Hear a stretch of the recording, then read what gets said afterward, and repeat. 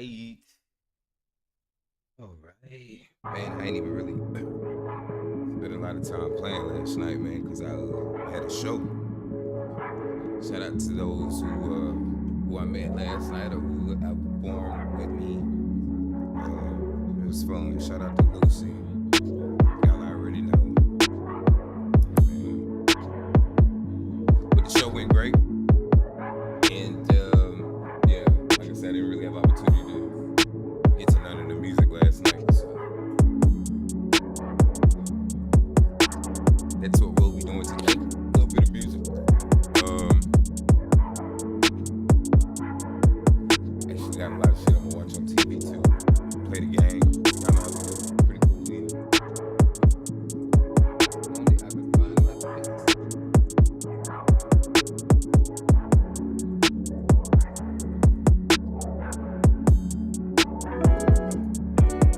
Shout out to everybody who steps in and steps back out. All you weird people, man. Y'all come in and be like, what is he up to? And they ain't willing to speak. Y'all so creepy.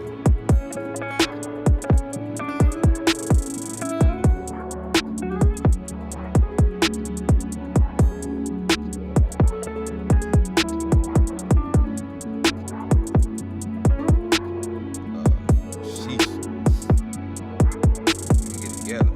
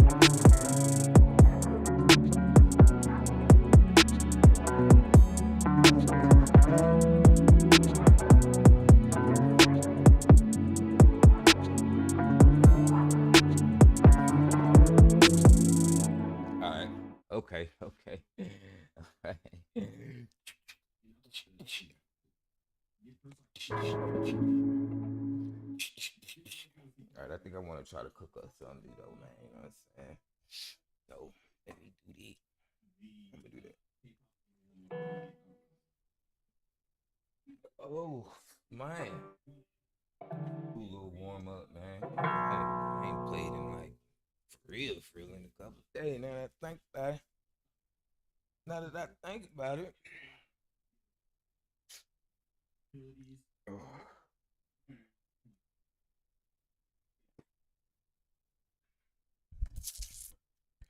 I just sit up.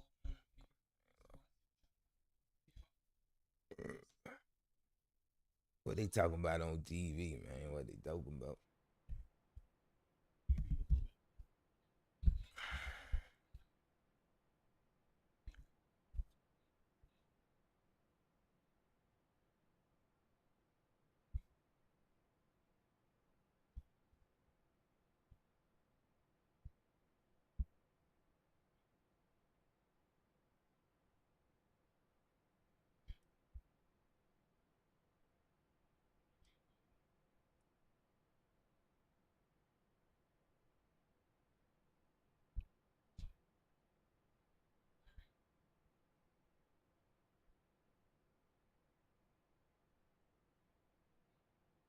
So, oof.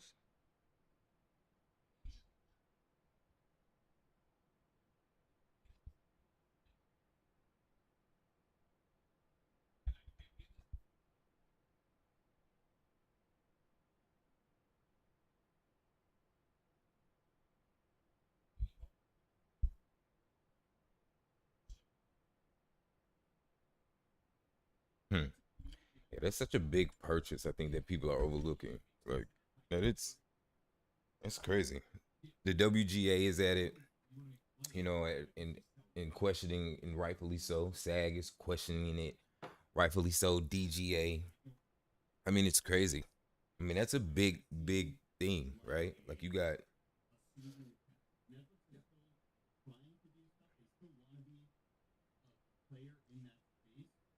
I mean, Warner Brothers Studios, uh, Warner Brothers Studios is now owned by Netflix. Can you believe that? I would have never. It would, if anything, you would have thought it would have been the other way around, right? Like it's such a crazy acquisition, such a wild act. It's crazy, like, for real, for real.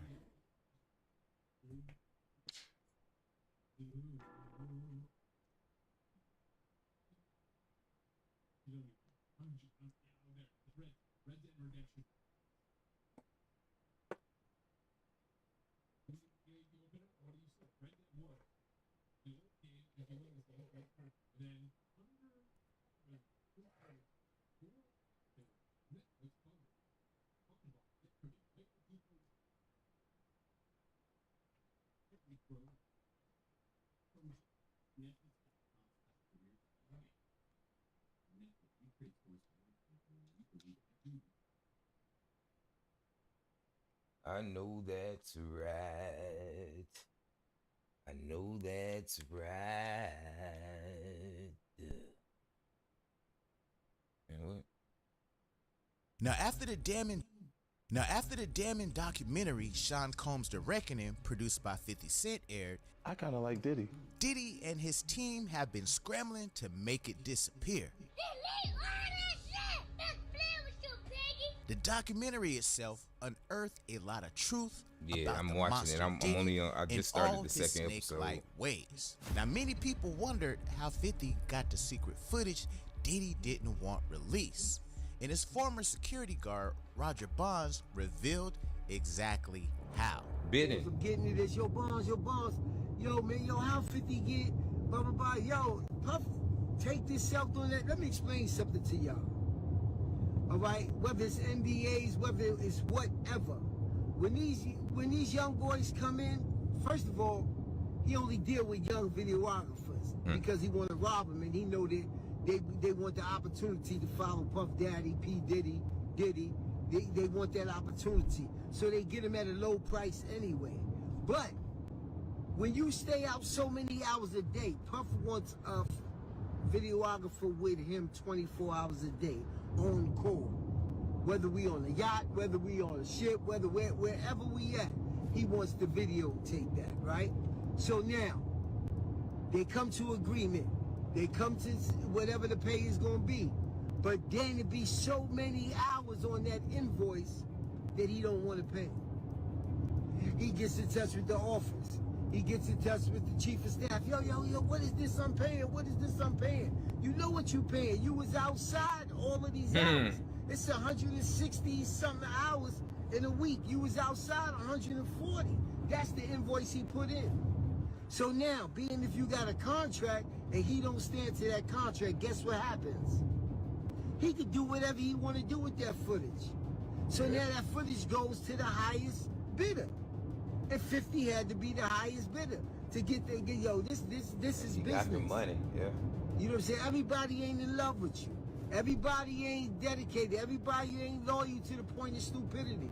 Trust me. Now 50 Cent, he actually got a surprise package while at Club 11 in Miami, and it was a clear death threat. Now, if you're familiar with the term pushing up daisies, then you know exactly what this means. Even behind bars, Diddy is showing his power. He never commented back at 50 Cent clowning him for wanting to take him shopping, seemingly hitting on him. It appears the documentary drew the line for the diddler. Now, Diddy sent 50 Cent some daisies, indicating that he's a marked man. What? Now, 50 Cent commented saying, "What kind of ish is this? Diddy sent flowers to me at Club 11, LOL. Why all the foreplay? Yeah. Get busy. You know I'm stupid." Then 50 Cent said, "A warning, I'm 90s grimy. You don't warn me. LOL." Now, Diddy is no stranger to unaliving people. Hey. Now, let's talk about the bodies that he's hidden and he's responsible for. That's why. Mr. Raid were career-ending tapes of recordings of celebrities and electronic devices with incriminating data on it were discovered in Diddy's homes in both LA and Miami by Homeland Security agents. Feds are also looking into a slew of shootings that have been directly linked to Diddy. Now, the crazy thing is a lot of those were swept under the rug, but just a simple Google search will verify all of my claims of his crimes. Now, these are the Diddy shootings. Now, make sure you like, comment, subscribe, and watch this whole entire video so that you don't miss nothing. Now, Diddy has a bunch of bodies under his belt and a few survivors. Now, let's talk about first the most recent shooting that occurred in a Los Angeles recording studio involving his son Justin, the devil's offspring. Damn. Now, the music producer Little Rod, who was suing Diddy, is doubling down on some daunting allegations that Diddy and his son were involved in a shooting at a Los Angeles recording studio back in 2022, as well as, of course, the allegations of harassment that's been all over the internet. Now, Diddy was sued on February 26 by Rodney Little Rod Jones, a producer on his most recent album, who alleged Combs sexually harassed, drugged, and threatened him while he traveled and lived with Combs from September 2022 to November 2023. In the initial complaint filed in U.S. District Court for the Southern District of New York, Little Rod also detailed a shooting at a writers and producers camp at Chalice Recording Studio in Los Angeles on September 12, 2022. In addition to that, he also alleges that Diddy's son, Justin, and Justin's friend, identified in the court documents as G, was also there. Now, the lawsuit alleges that Combs is part of a RICO enterprise and that he and others are involved in an ex-trafficking venture. Now, RICO enterprise is one in which people or groups act together to violate the Racketeer Influence and Corrupt Organizations Act, which is meant to target organized crime. Now, the complaint is the latest legal trouble for Diddy, who has been hit with a number of recent lawsuits, including multiple allegations of assault. Now, the complaint filed by Little Rod accounts that he heard multiple gunshots after a heated conversation in a nearby bathroom at the recording studio. When the bathroom door opened, Diddy and his son walked out, and Little Rod found G lying on the restroom floor in a fetal position, holding his stomach and bleeding out his leg-hip area, the lawsuit said. Little Rod said he helped the victim up and took him to the front of the studio, where an ambulance was waiting out front for him. So far, the Los Angeles Fire Department has not responded to multiple requests for more information regarding the shooting. Now get this, Little Rod also alleges in the suit that Diddy instructed him to lie to the police and tell them that Diddy or his son had nothing to do with the shooting and that it had occurred while G was outside the studio by a drive-by assailant. Now, Little Rod is standing by his accounts and maintained that G was not shot outside Chalice, but actually inside the bathroom. Now, Chalice Recording Studio is also staying mute on the shooting, as they were possibly potentially paid off by Diddy, and they are not cooperating with releasing any surveillance tapes. Now, reportedly, the studio was contacted by NBC News, and they issued a questionable comment. Chalice Recording Studio is alleged to have sent an unnamed person stating the shooting occurred a half a block away from Chalice and it was the result of a robbery. They also said there are police reports corroborating this and to please wait for facts to come out before you start contributing to the defamation of our organization. Now, Chalice also said when LAPD arrived on the scene, it was immediately determined conclusively that the shooting took place some distance from the studio.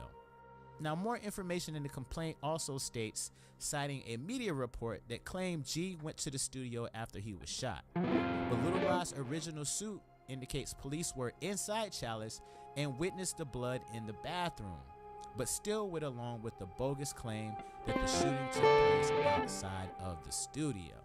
Now, that definitely sounds corrupt. Now, included in the original filing are screenshots reportedly showing the aftermath of the restroom where G was shot by either Diddy or Justin Combs. Now, Little Rod also claims that he has the clothing he wore the day of the shooting, which he says could have the potential DNA of the shooting victim. Now, the filing says Diddy and his son Justin were not at the studio when the police had arrived, and it alleges that Diddy and his son hid out and laid low in another studio while police investigated, and that they were the first ones to leave after the officers departed. Representatives for Justin Combs on February 27th, of course, denied the allegations filed in the complaint, which they call absurd and lies, and said there will be legal consequences for all defamatory statements made about the Combs family. Now, that's just like a lawyer to call everything their client did as lies. Now, let's travel back to 1999 when Diddy shot a woman in a nightclub. On December 27, 1999, Sean Puffy Combs and then girlfriend Jennifer Lopez had been celebrating a soon-to-be-released album by Shine, aka Jamal Borough, the rap mogul's 21-year-old protege, in Midtown's Club, New York. They were leaving when Combs, carrying a bottle of champagne, accidentally jostled one of the club patrons, knocking a drink out of his hand. The man, Matthew Allen, a street dude known as Scar, responded with a shove. Things escalated. One of Allen's companions allegedly threw a stack of money in Combs' face and shots were fired, leaving 3 people injured. Combs and Lopez were arrested, fleeing the scene in a Lincoln Navigator with a gun in the trunk. J-Lo was quickly absolved, and although witnesses said they'd seen Combs with the weapon, and his driver testified that his boss had bribed him to claim ownership, his legal team, including Johnny Cochran, created enough doubt that Combs was acquitted too. He says, "I don't know if you know this, Judge, but this person, Jennifer Lopez, is a very famous actress," one lawyer pointed out. To think Mr. Combs is walking around with her with a loaded gun is so ridiculous that it stretches the imagination. Now, in the end, it was Shine who served almost 9 years for assault, gun possession, and reckless endangerment, though he did so angrily claiming Combs had sold him out to save his own skin. After his acquittal, Combs changed his nickname to P. Diddy in hopes of putting the past behind him. In suspected retribution, Allen was shot to death at Footlights, a Brooklyn nightclub, and Shine, who embraced Judaism in prison, renamed himself Moses Michael Levy, squashed his beef with Diddy for taking the fall at Paris Fashion Week, where they attended the Kenzo and Givenchy shows together. Now recently, one of the victims of the shooting came out and named Diddy as the actual trigger man. Hey, how you doing? So, here today about this latest lawsuit with the P. Diddy, Puff Daddy, Puffy, Sean Puffy Combs, whatever you want to call him, lawsuit that has come out involving the producer Little Rod. So basically his last two lawsuits, or last two major lawsuits, the one with Cassie, she made mention that Puffy made her carry his guns into nightclubs and wherever they went. And he threatened her to make her feel like she had to do so. And while there were lots of things of importance, that stood out to me. And I'm going to tell you why. My bad. In this lawsuit with the producer Little Rod, they were both SA'd by him and threatened and physically harmed. But in this lawsuit, he appears to be a very young producer to me. But he said something very specific. As a means of threatening him, Puffy said, "That's why I shot up the club in New York back in 1999 and let Shine take the fall for it." Let me tell you why that's of utmost importance to me. Because I am the woman who he shot in the face. Damn. In that 1999, December 27th, 1999, Club New York shooting. I have told everyone ad nauseum since then, even the surgeon who did the surgery to take the bullet. I got shot in my face with a 9mm hollow point bullet. Hollow point. Called a cop killer. Hollow tip, boy. I literally That's what's in my folder. have told everyone and never changed what I said. I watched him. I got pow-powed in the face. I watched him fire the gun. I've said it all this time. Even the surgeon who did my surgery to take out part of the bullet fragments that was aspirating into my lungs and try to remove as many bullet fragments as possible testified in the criminal trial that while they were putting me under, I was screaming, "Puffy, pew pew me in the face." He testified in the criminal trial. It is in the record. They all knew he did it. Everybody knew he did it. But he paid off the club bouncer named Sharice and all these other people and the club owners with their video to hide the video. That's his MO. I told everybody that. This man almost took my life, has traumatized my life, has caused undue harm, irreparable damage to my life, lied his behind off. I've had all these youngins on the internet harassing me, swearing that I'm making it up that he did it. And look what he did to Little Rod. He threatened him. "Oh, you don't think I bust my gun? I shot up the club in Club New York and let Shine take the fall for it. I shot them people." Well. It only took 24 whole years for it to come out. You see this tattoo? This commemorates me getting shot. It took 24 years for him to come out and say it. I've been saying it all along, but y'all pick and choose who y'all want to believe. Oh, baby, you ain't seen nothing yet. Not only did he pew me in the face, he also set off a course of harassment against me for the past 24 years. When I tell you the things I went through, there was a time in 2017 and 2018 where I got 7 flats on my BMW. 7, the same tire, in a 2-year span. 7. Great. On the same tire, and they were all new. Every time it happened, I had to get a new tire. I have the pictures to prove it. Harassing me. You want to know why? Because prior to Cassie, I was the only person to be victimized by him and then to successfully sue him and get paid. And he had to pay me out of his pocket. He has never gotten over that. Oh, baby. You see this RICO charge that's about to come? This conspiring and pew-pewing up the club and ruining or attempting to ruin my life? As God as my witness, I will not stop until you suffer every single iota of punishment, until I have every second of recompense that you took from me. For every tear that I had to cry or my children had to cry, I am going to get $1 million back from you. I will not stop until you pay the price for what you did to my life. And for all you people out there on the internet and in cyberspace and in the far reaches of my life or the perimeters or wherever who always like, oh, she just saying that to get some. Hell, what you got to say now? What you got to say now? I feel it though. That shit. I had some youngins on the internet that ain't even old enough, that weren't even alive when it happened, arguing me down, cussing me out, calling me everything but a child of God. Go check Instagram. It's there. Harassing my life.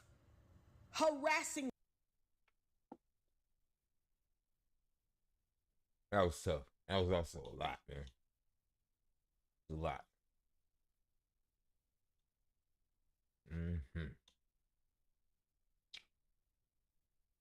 What? All right, so there are a lot of hot takes in the tech world, and I see a lot of them in the comments section and in articles all the time, and one of the most common ones is, yo, have you seen these Chinese electric cars? If they ever came to the US, they would cook everything that we have here. They are too good, they have too much tech, and they are too cheap to not dominate everything. And so I figured I should get my hands on one and actually figure out if that's true or not. And yeah, you could say there's a little something to it. Huh.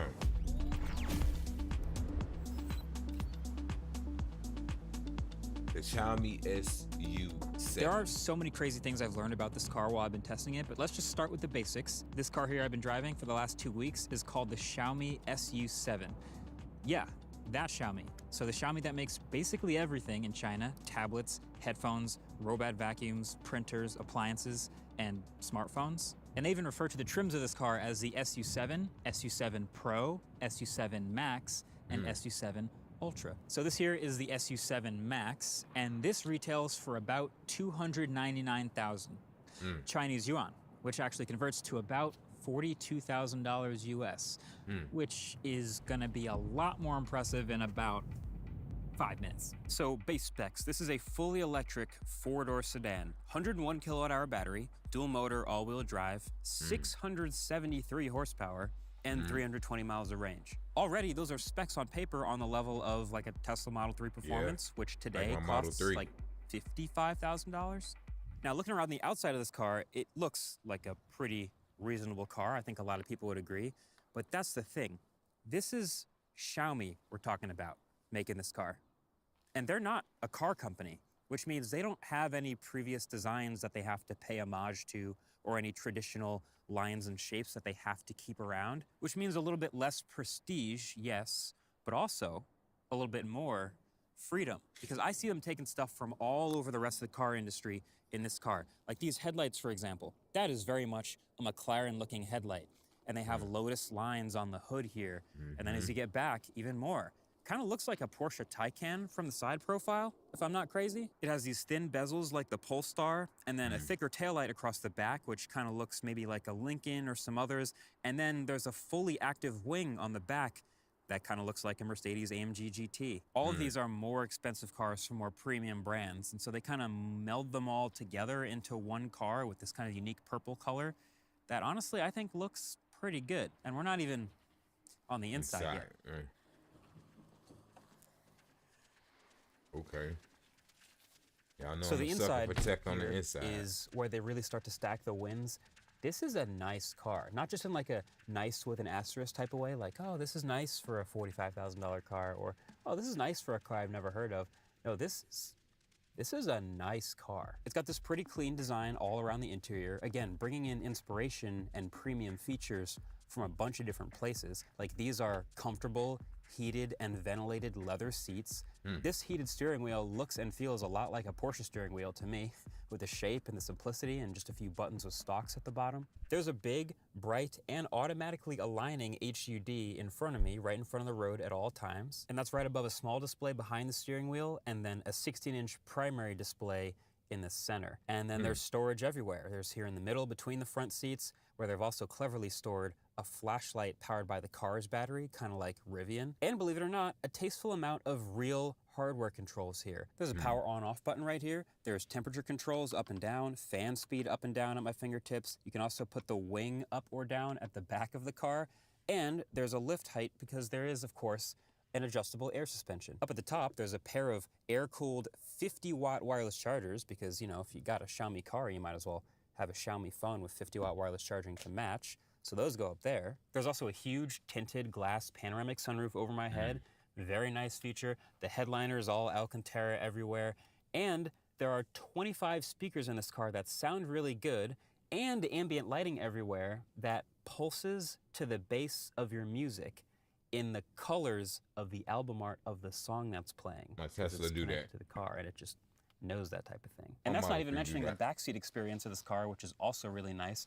Those screens for the rear passengers are Xiaomi tablets, because of course they are. I haven't even driven it yet, and it's already feeling like a $65,000 car. Dang, it But got tablets. there are Got not a one, TV in the back. but two really cool features I've never seen in any other car that are in this one. So number one is the software.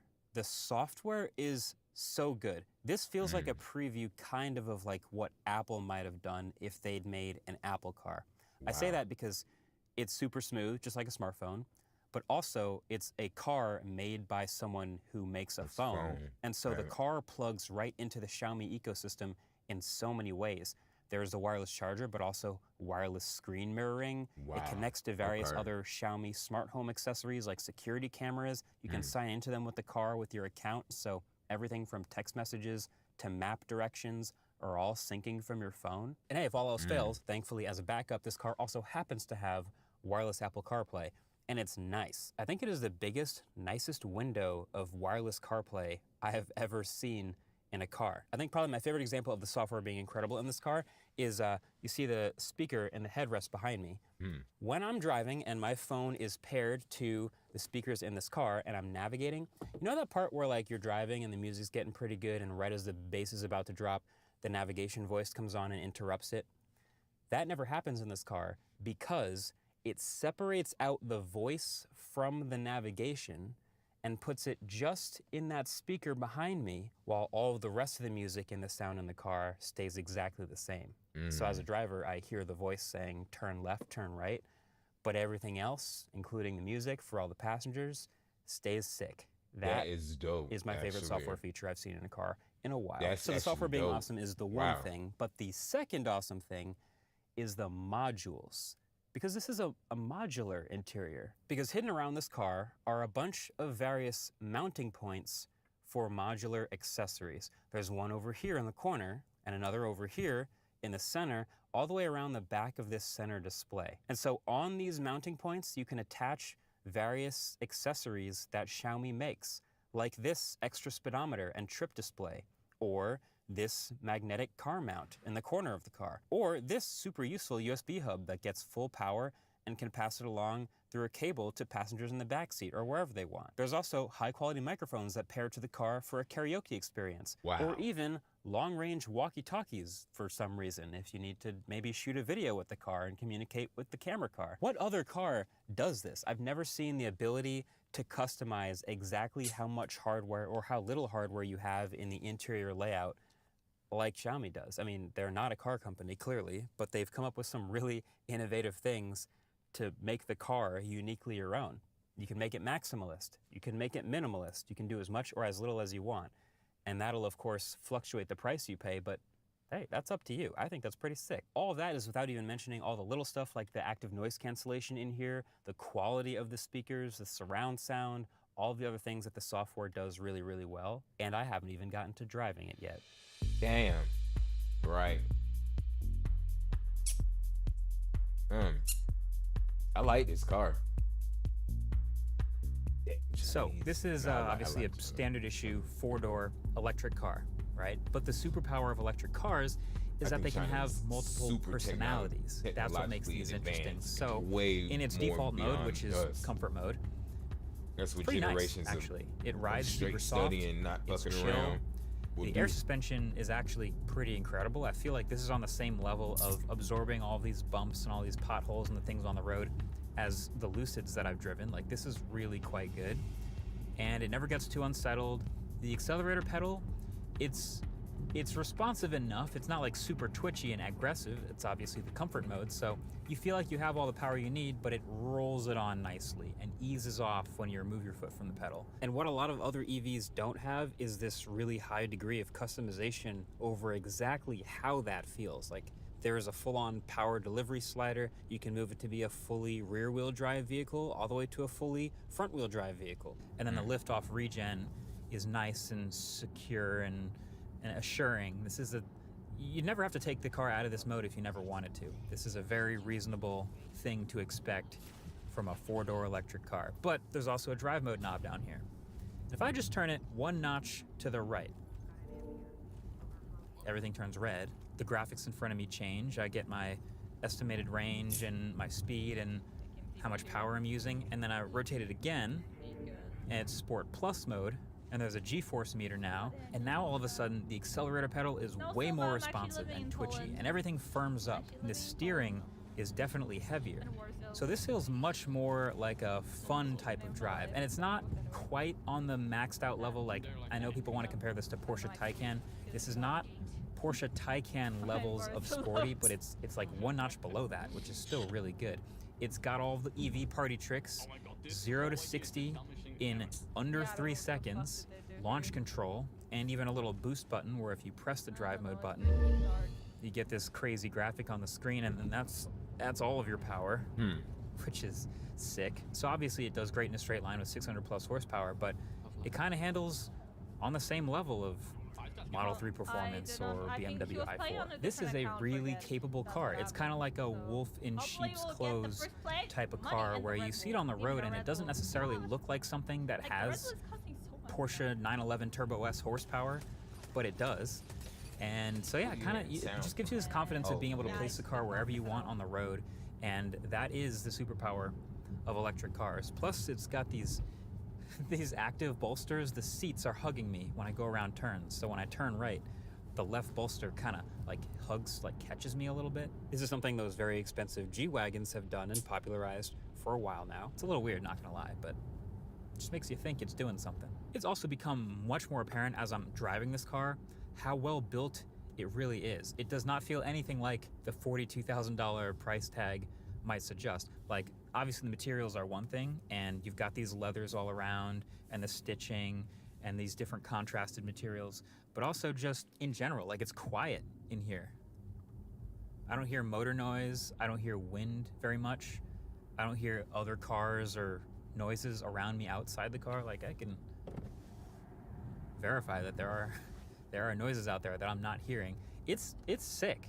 And then there's the active noise cancellation on top of that. So it just feels like a really serene, calm experience just because it's so well built. And you might have also noticed the LiDAR box right above me on the top of this car here, because the other button on the steering wheel is Xiaomi's full self-driving, which doesn't work on every road here in the US, but in China you have Pilot Pro and Pilot Max, and those will take care of almost all of the driving on almost all of the roads the same way something like a Tesla Model 3 might here in the US. So I turned it on this road. This is a smaller single lane road and it's totally fine. And there's all sorts of things like obstacles that it has to avoid, and it handles that. It's never really done anything to give me pause or seem kind of weird, and it's not even designed for these roads or this market. So I imagine in China it's even better than this. I'm honestly trying to think of like a negative. Now that I've been living with this car and I've been driving it for weeks, I've driven and reviewed many, many other cars for the past couple years, and usually the downsides are so obvious. Like, oh, the tech is usually pretty bad, like the software is bad. But, well, this is Xiaomi. Like, they make smartphones, they make all this tech already. The software is great. The self-driving works. The cameras are great. The displays are great. All the tech is there. And then all the EV fundamentals are also still there. It has the 300 plus miles of range. It has the quick charging.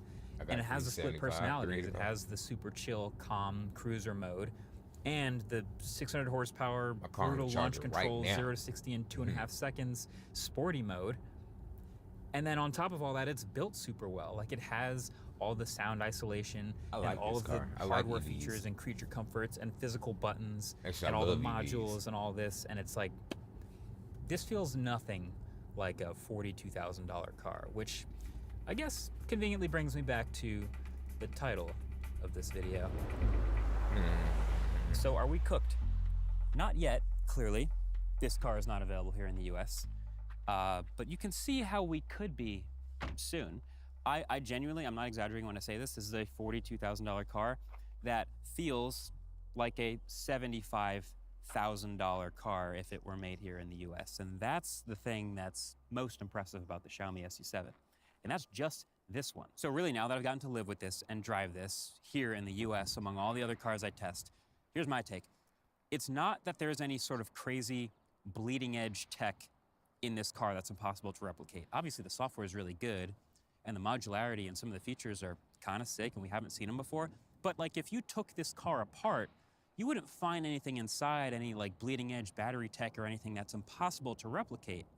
This is a car made of normal car parts, but it's the putting them all together in one car that's so impressive. It's not often you see a car with great software, great features, great build quality, great versatility, great range, and a great drive, and all stacked together. Like, that's pretty elite. There is basically no question in my mind that these if a car automakers like this need to get it was together, available in the US for $42,000, that it would crush, of course. The fact that it isn't is, of course, inherently political, and there's all the tariffs and import fees and all that. That's super variable, and we may never get a car like this available in the US for $42,000. But Europe will, allegedly, in 2027. And I would say that the competition over there is at least in a little bit of trouble when that happens. The idea that the competition is getting stronger and that cars like this actually exist some other places in the world is really exciting and heightens the ceiling for all EVs. It raises the ceiling up for all cars to get better and more impressive and more complete like this one. So lesson learned. It's gonna be fascinating to keep an eye on this stuff in the future. If you want a more raw, like daily living with this vehicle type of video, check out the Autofocus channel where I shot a video on the Xiaomi phone of the Xiaomi car. Thanks for watching. So hey, it is of course the holiday season. And in case you missed out on any of those Black Friday deals, channel partner Rick. And I'm out of here. But no, I love EVs, and I think that car is absolutely incredible. Look at me, my goofy self, looking funny. My lip look like that. Why my mouth look like that? Is that how my mouth look for real? Look all big, like my lower mouth region area is big. It's protruding out a little bit. I'm like rubbing my face in some kind of awkward manner. Oh boy, it's tough.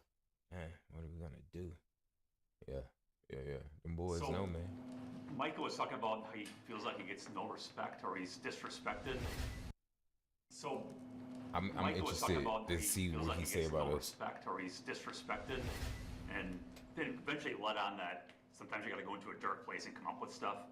But I guess the question is, do all the great players find something for motivation? I think all great players are motivated. I'd like to know who in their right mind would disrespect Micah Parsons. I told him. I mean, that's a whole other story. But yeah, I think a lot of good no coaches one and good players Everyone go into a dark place on game day and do whatever it takes to win the game.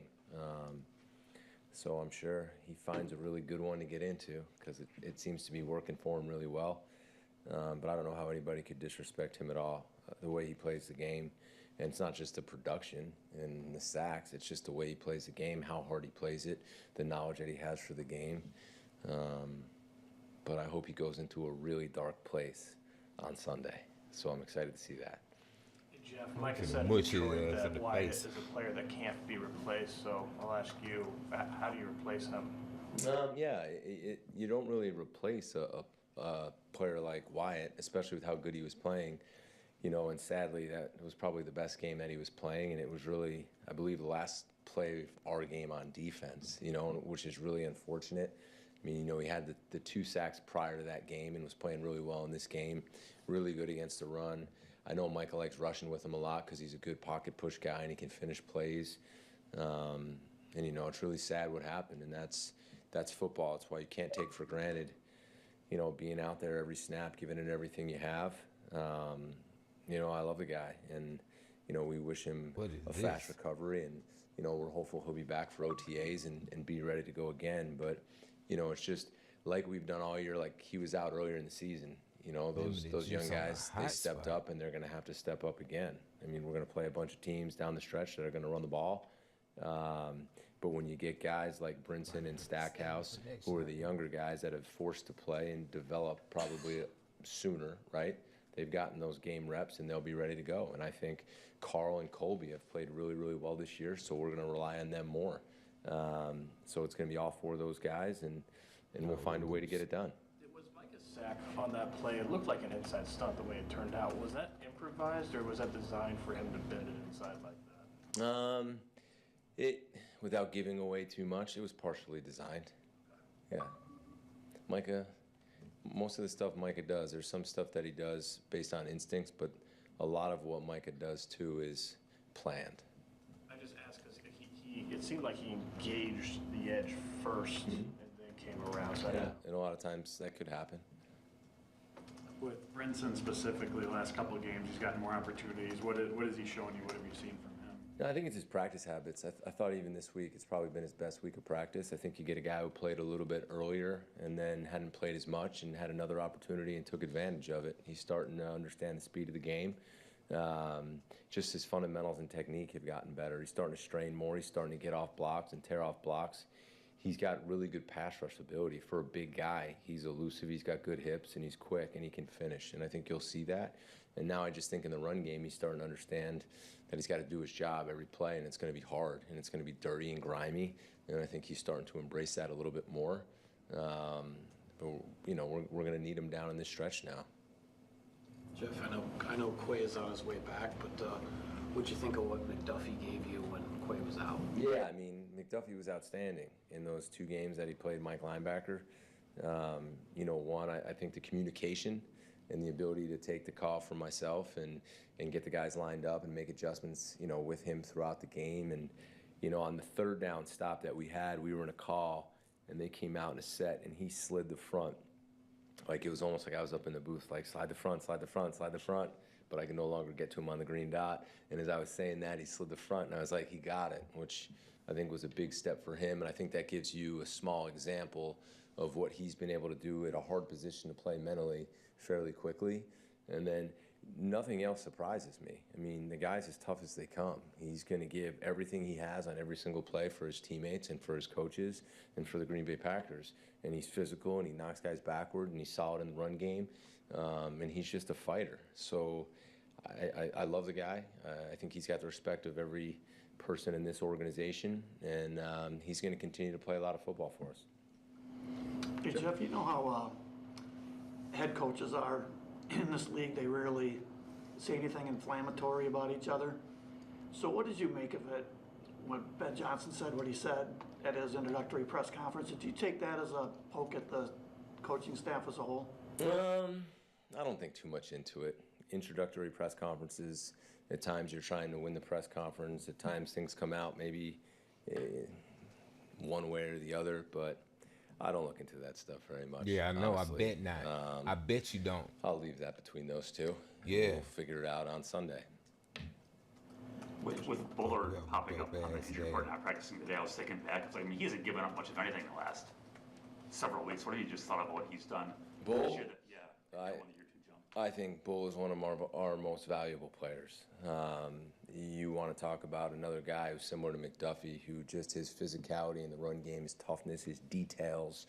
I mean, he was rerouting and hitting guys on Thanksgiving all over the field. And time again, he gets guys down, he makes plays. The homie He's Gerald, in some tough man. assignments and coverage that he's been put into. He goes back and plays safety.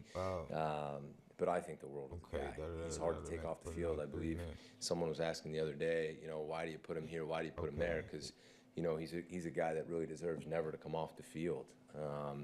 So we got to continue to find ways to use him. But he's a good blitzer. But he just, if you get guys like Bull, you're going to win. I mean, he loves football. He loves playing the game. He loves practicing the game. He loves the physicality. He don't say anything. And it just, again, and he's only a second-year player. That's like what the coolest thing is about him. He's still young, and he's just going to continue to get better and better. So I'm excited to see what he can do down this stretch. You know, we'll see where he's at for this week. But I love the guy. Jeff, Hobbs has been able to practice for about a week and a half or so. And, you know, what are you wanting to see from him if he is able to play, especially after, you know, missing handful of games? Yeah, just confidence. I want him. It's very important for me, you know, as a coach. I want the players to be confident in their ability to go out and play. And dealing with his injury, you know, we want to see him have the confidence in himself where he can go and have success. And I think he's really close to that point. I think he's had a really good week of practice. Today might have been his best practice, and I can just see the confidence, you know, the confidence building. And sometimes when you have an injury and you don't quite feel like you're ready to go, you're probably a little less confident, and you have to play the game that way. So, you know, we'll see where he finishes this week, but we're going to need him.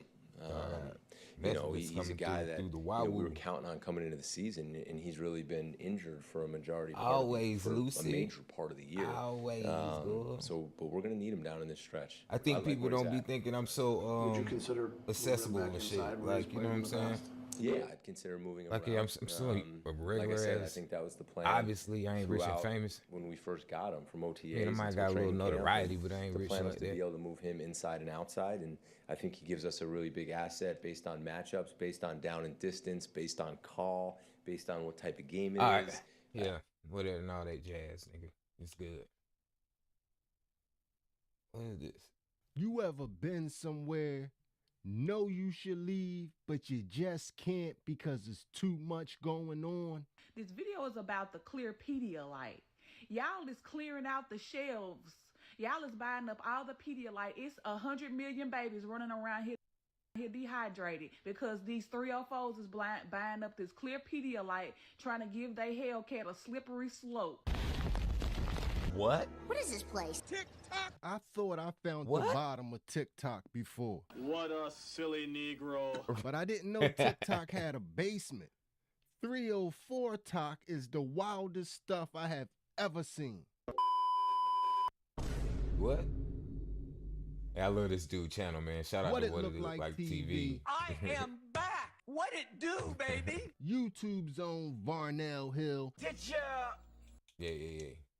I don't have a car right now. Okay, so let me get into it. I just wanted to. 304 Talk. Y'all go check his channel out. Let's Like, this check shit is out really these good. videos.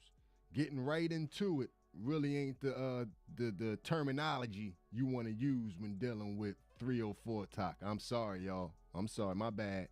Get ready with 304 Renegade to do an out call. So he's calling me an Uber to his house because I don't have a car right now. Toro lied on me and said I was smoking in a vehicle. I had to pay a 160 charge, trying to fight the charges because I was not smoking in them people's car. But yeah, y'all see me, you know, I got a dress all cute. I know y'all For You page hate to see me coming. But yeah, like I said, he called me an Uber.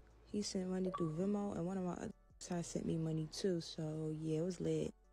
Oh, and then one of my other sent me money because I had took like a little loss. I don't even want to talk about it. But yeah, this me and the man back. I ended up spending the night after we was done watching and then yeah, I got an Uber ride home. My mind be thinking different. I wanted to hear more about the story of how you got banned from Uber. How you get banned from Uber? Let's pack my bag to go to my 304 booking today. Today, I just have a 2-hour booking, which is my minimum, so I don't need very much stuff. Wallet with a little bit of cash, lip balm, of course, Allergy medicine, because I'm allergic to a lot of things, just in case. Alarm. When you pull this part out, this is a super loud alarm and the lights flash as well. I keep this in the back pocket so it's easy for me to grab if I need it. Protection. Little hairbrush thingy so I can fix my hair before I leave the hotel. Gum. I don't know if I'm allowed to say what this is. This is my favorite brand. I highly recommend it, and it comes in this really sleek little travel case. And some nose spray, again, because of my allergies. That's all. And then I just keep my phone and my headphones in my pocket.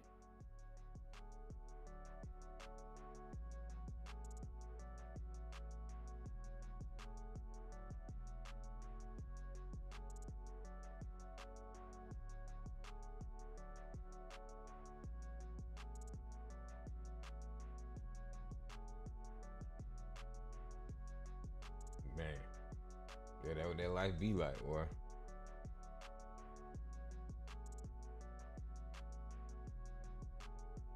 But most of they supposed to be in a hotel, shit like that. How you be doing? Ain't nothing wrong with it either, man. Do you think? Oh, it's profession, shawty. You gotta get you going. I have plenty of friends in the industry. I do. I ain't a genius, I ain't the smartest man. But if you've been rocking with the tarot cards, and the tarot cards done led you to that lifestyle, sitting on the couch eating a salad for breakfast, waiting for their call, might be time to get the tarot cards up. I don't know. I ain't judging nobody. I'm just saying. This video isn't even about judging anybody. It's pretty much just bringing awareness to y'all that this is what's out there and this is what the youth is consuming. So this is why they think what they think, because a lot of things are just normalized, like this is just normal life. And if they're not explaining how their day went, then they're on here flexing and bragging like this is such a great job. Come to work with me as a 304 on a Monday night. So this is me and my Uber. I was motivated. I was excited. Freaking excited! I was ready to get to it. You know what I'm saying? And then once I got there, like, it was dead. It was better than, like, you know, my previous video. But, yeah. I ended up catching literally only 2 dates. And I couldn't show y'all because it was on my Cash App and it was on my Zelle. But, yeah. Y'all out there committing crimes and leaving a digital trail. You're not very bright, are you? That's all I'm going to say. Let's keep going. Y'all are with 20-year-old men crying when you could be with 50-year-old men robbing them. Get it together, bitch. Damn. Okay, so why do you need this job? Because I'm broke. And I need the money. But where it really starts to get interesting and it turns into a wormhole is when they start talking about their experiences. They be going on tour like your favorite rapper. The last tour and this tour, all white. Except for that one Indian guy. Every single one of them was white. I haven't had a single black hit me up. Not even Hispanic. I mean, they have, but they don't screen. They're not serious to time wasters. But like actually seeing them, mostly white. I'm not gonna lie. But I have to admit, 304 Talk has the best story times. Because the stories say so much about all parties that are involved. I heard him telling 304 stories, so I got a good one. This just happened a couple days ago, too. So, this guy that I see a lot, or whatever, he hits me up. He's like, hey, you want to go out? You want to kick it? I'll give you like $300. We can go out to eat, kick it, chop it up, get drunk. Okay, cool. He's like, hey, but you not smoke at your house or whatever because I'm going to get off work. Now, I don't smoke cigarettes. I smoke hella weed, but, you know, whatever. We cool enough. It's fine. So it gets there. He still has his work clothes on, and I got to jump in the shower. He's like, hey, but remember, like, it's cool if I smoke here. Like, yeah, it's cool. Go ahead. Now, I get in the shower. I don't stand there that long because there's somebody in my house. But I get out, and I open the door, and there's a smell I know oh too well. I walk into my living room. This man is smoking up. Like, he is smoking a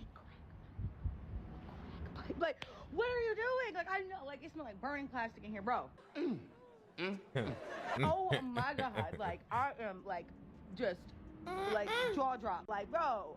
So, like, I'm like, hey, baby, what you doing? No, you can't smoke that in here, bro. What the fuck? You tripping. Like, you are tripping. And he's like, oh my God, I'm so sorry. I thought you knew what I meant. Why would my mind immediately go to crack? Why would He's like, can I use the bathroom real quick? I'm sorry. Like, it's fine. It's fine. Whatever. So he goes in the bathroom. I promise you, he's not in the bathroom more than like 3 minutes. He comes out or whatever, and I'm already about to change my mind. Like, babe, we can go. I'm sorry I like did that. Like, I just didn't know. Like, you gotta keep that shit to yourself. Yeah.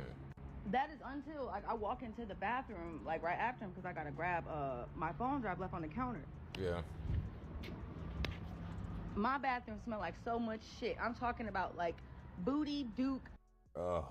I look in the toilet, Bruh. just spray like you didn't even get out. Get out of my house. Get out of my house. Oh, You gotta man. go. That was a mild story time because, you know, YouTube had to fight hard to get this video up. Yeah. But anyway, you also get to see how they feud with each other back and forth and how they think of each other. Let me tell you another one of my 304 icks. I can't stand when you're getting to know another 304, right? And y'all becoming friends and, you know, you're just talking this and that. And it's like almost, you feel like you're in competition. Like you tell her one thing, she's, oh, I made 30K, I made 50K, I made 20K one year. Baby girl, haven't you ever heard of not discussing pay in the workplace? Like nobody gives a how much money you making except for your fucking 16. Yes. Like it drives me insane when I meet a new 304 and the first thing I made 70K 1 month. First of all, you're lying. Second of all, I don't care. Like I didn't ask you. You do. Like damn, can we talk about Okay. I don't know, politics or something? Ooh, yeah. Oh hell no! I'll be honest. The fact that they had these stories that they could either be talking about they made 10K, 20K in a night makes you dumb behind dudes the problem, man. I really can't understand. Yeah, man. Who would just be paying those amounts of That's money just to crazy. be around or even sleep with them type of women. Or any woman at that point. When I Yeah, be man. hearing 10K, 20K, when I hear 10K, what I be thinking in my mind is like 2019, 2017 Honda Civic. That's what I think when I hear 10K. Right. I think of stuff like that. I don't think of a night bit. with a woman. Like y'all on some other stuff. Just incredible. It blows my Yeah, mind. that shit wild, But boy. anyway, it also gets funny when they start giving each other advice. Matter of fact, it just starts getting weak. I do a couple hundred. I did a couple hundred. That's not too crazy, man. You know what I'm saying? I shouldn't have said that out loud on the camera. Somebody gonna see that. Gonna say something like that one day. And that's wild. I bought myself a Lamborghini Countach in this game last night, which you don't know, but as a child, that was always my first.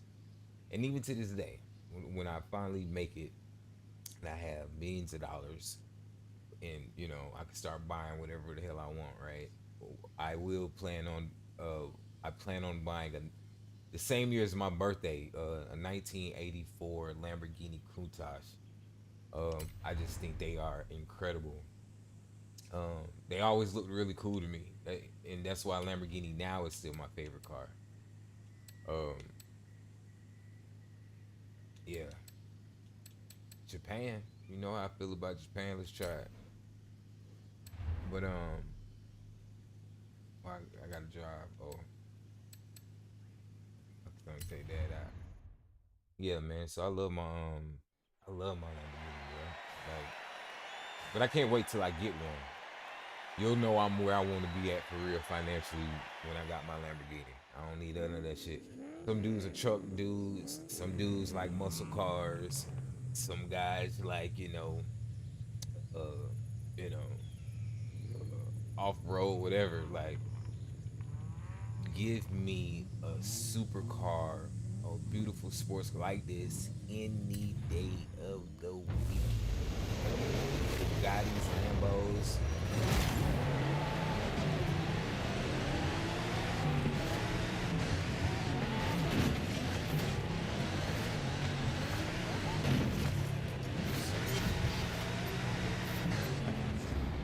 Made me miss the checkpoint. We got to run that back.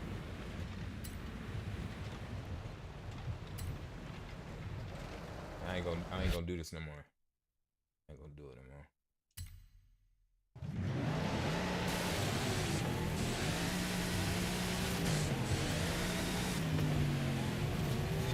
God told Mighty nasty nose. Chuck, get it together. I drive better than this, dog. I promise you I do.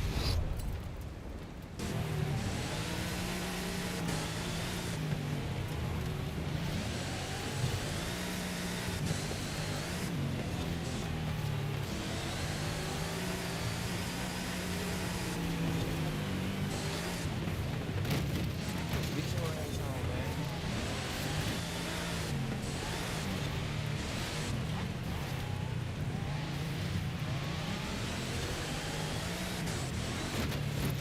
Ooh.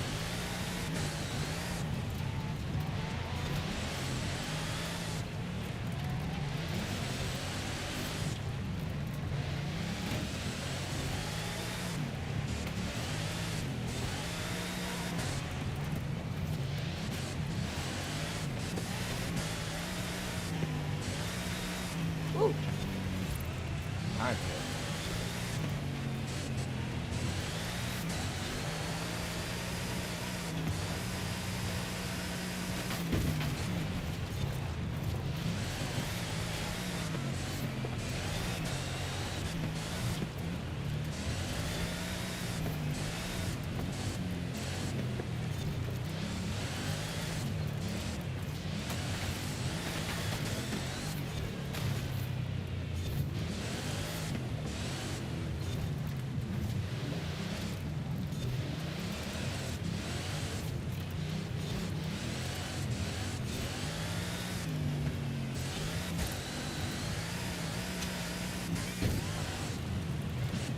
Woo.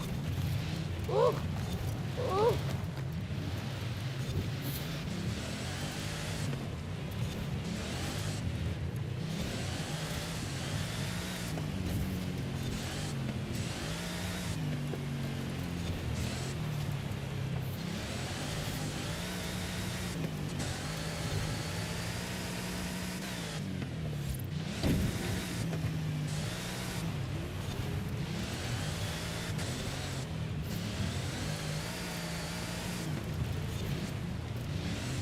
Yes, I'm playing on manual too.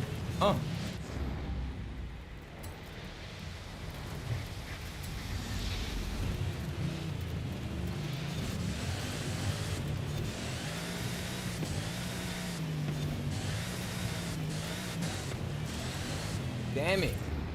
I keep trying to see my own.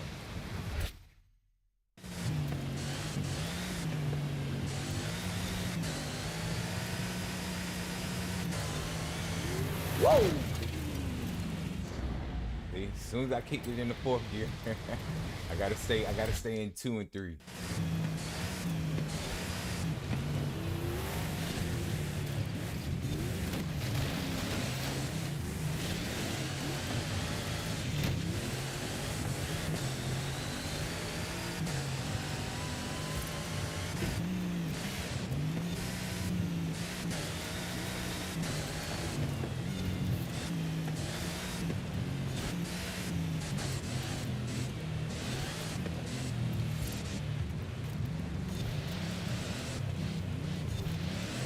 Heal, boy.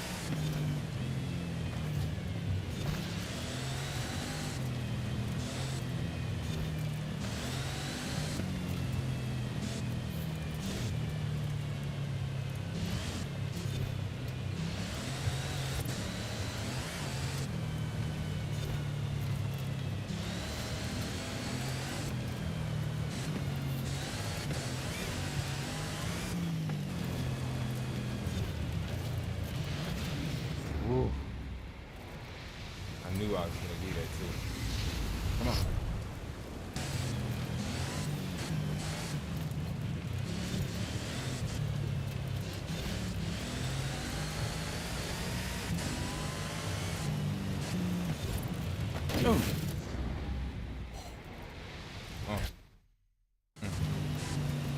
Oh. Ooh, did it again.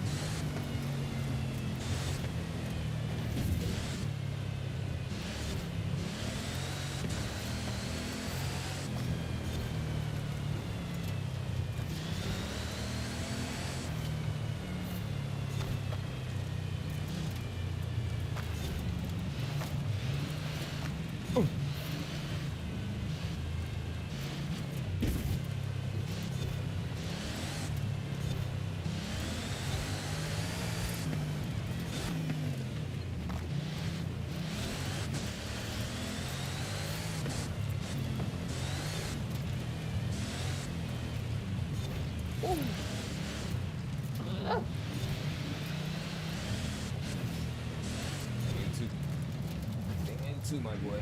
Oh.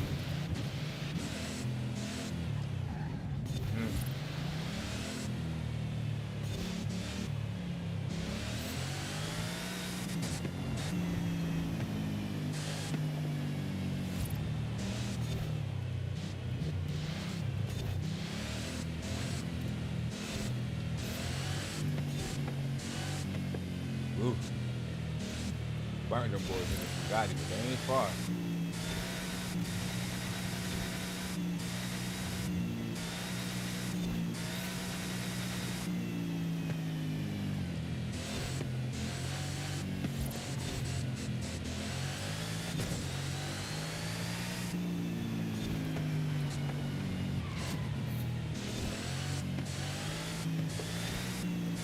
Ooh.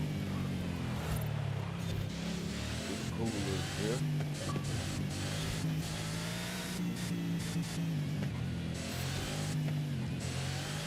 I think homie want to play Madden.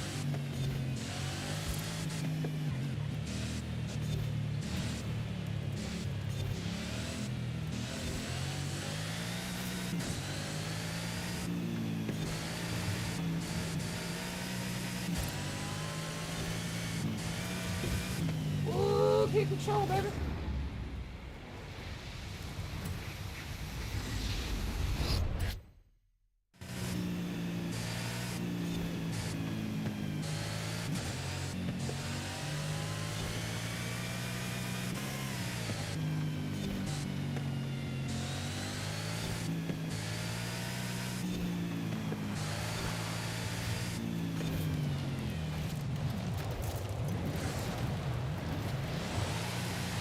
That's too bad. That's too disastrous.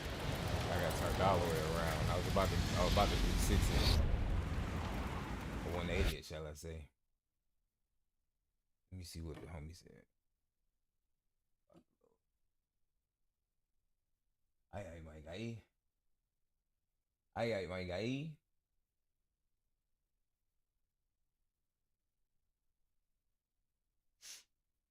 All right, man. We just sitting that thing on over, my boy.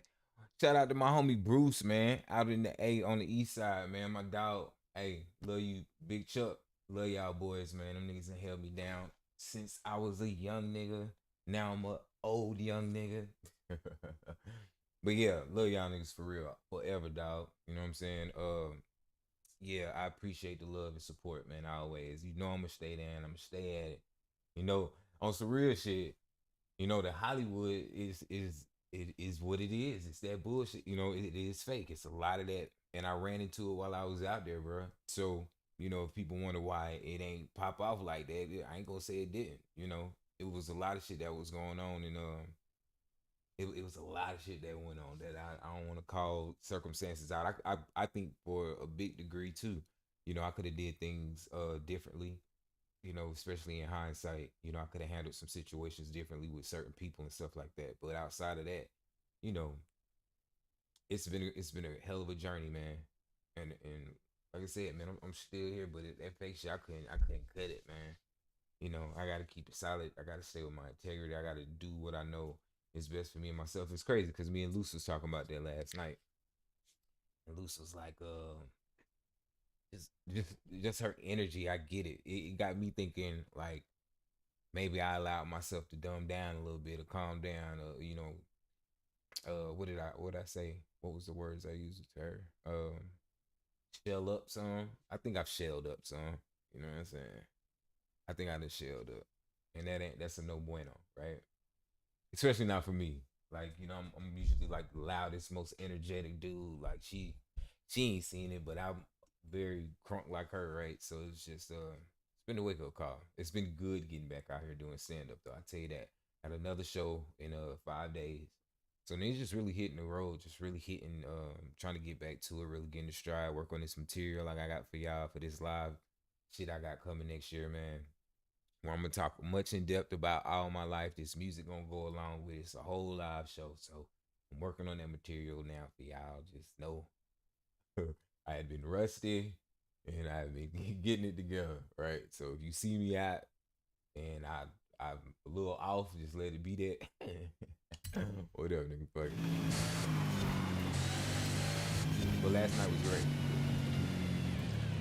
I didn't win shit though. I think it was for some money. I ain't get the money.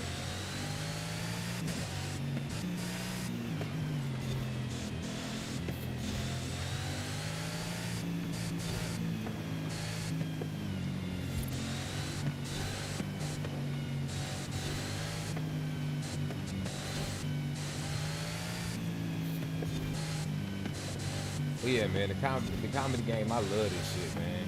Like, I got so much admiration and respect for every single comic that's ever done it. I can't even really say, you know, well, I put it like this, like, I'm able to separate people from their art, right? Like, you know, how can you do that? Well, it's because I think when certain art, man, you know, well, when it comes to creating art, you know, really substantial life, you know, really resonating art, you know, you have to tap into a very sacred place in yourself, a very vulnerable place that's just naturally relatable to everybody, right? So, you know, to tap into that, that's the divine, man. That's the self-conscious, that's the intertwinings of all of us. You know? So yeah, you gonna create that shit and be in a whole nother space, a whole nother, you know, emotional, mind, metaphysical plane and all that great shit, right? And then when you come out of that, or when you live in your normal life,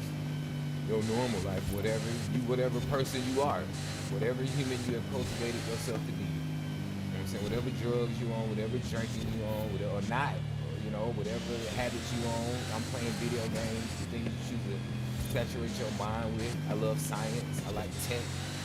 I like the future. I mean, I wish I could be at least another 200 years old so I can see what happens to humanity, which direction we're going in. Kind of like Harry Seldon, if you watch. I don't know if you there's a show on Apple TV that I think is incredible.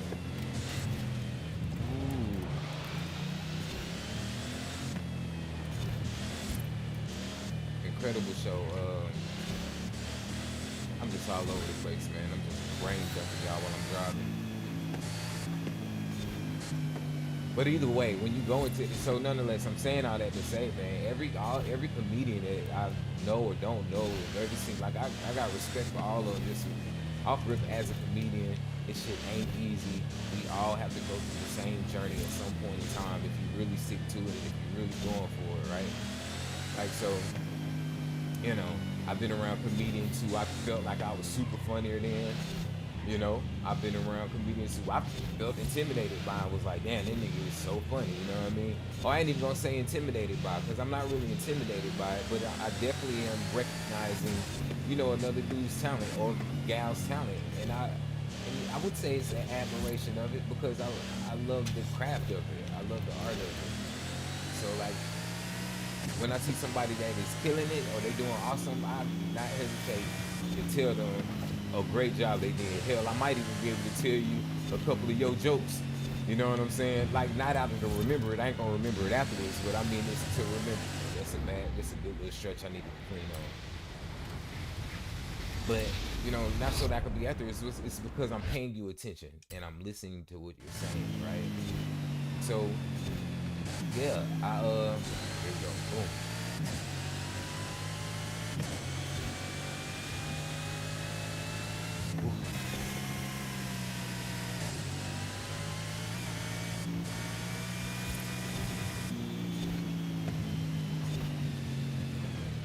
You, ooh, I would have failed my death for real, in real life. That's why I would never drive like this in real life if I had a fast car. I promise you, this is strictly for the game.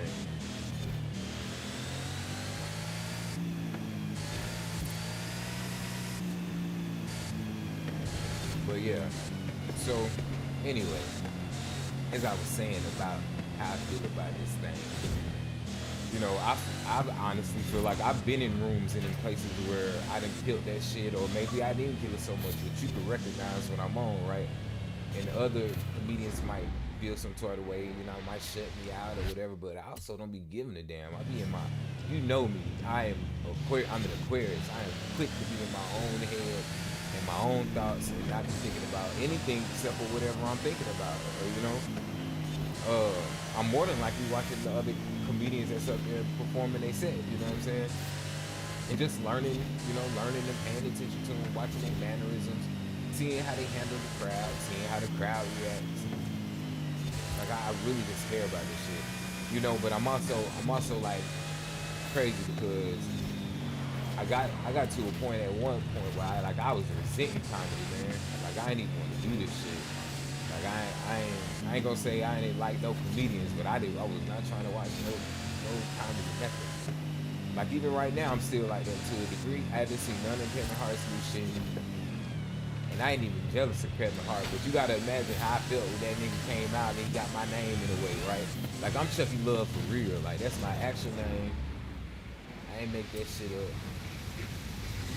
And it's like, you know, like, what the hell is this? I should be, you know what I'm saying? I should be, you know what I mean? Like, and I did not like that feeling. I did not like that feeling. And I love Kevin Hart. Like, I think he's an incredible talent, you know what I'm saying? If you ask me, I also probably would tell you that I think I'm funny, but I also think a lot of other comedians would tell you that they think that they funnier than him too, right? So it's not nothing personal. But yeah, you know what I'm saying? You just see that. Like, Eddie Murphy is my numero uno of all time, right? And I have not watched this documentary. It's almost like I'm scared. I don't know how to explain it. This was a good little board. I don't know how to explain it, though. It's almost like I'm scared of it. I hope that makes sense. I just went on a whole little tangent. I hope I got some clippings out of that.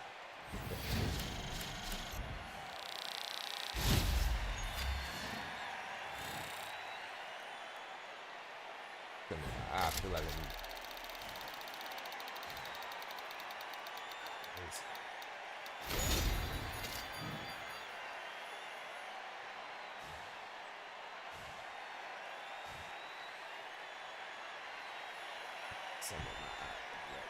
oh yeah, wheel spin.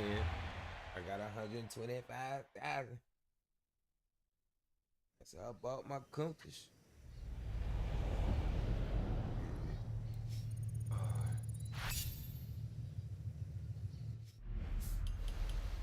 Let's go to the garage. See my Bentleys. You know what I mean? My i8. It's my Corvette. I done customized it a little bit. You know what I'm saying? But I want to, it's my new one though. It's my newest. You see the bear? That's my bear Lambo. It's the bear Lambo, boy. I want to push this though. I might paint this.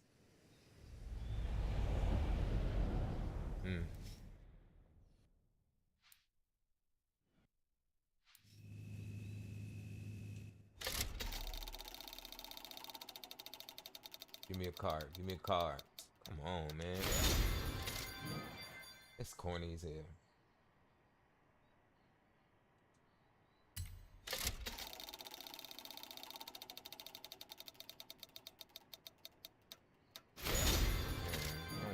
I low-key wanted that Colorado truck, cause I don't got no truck.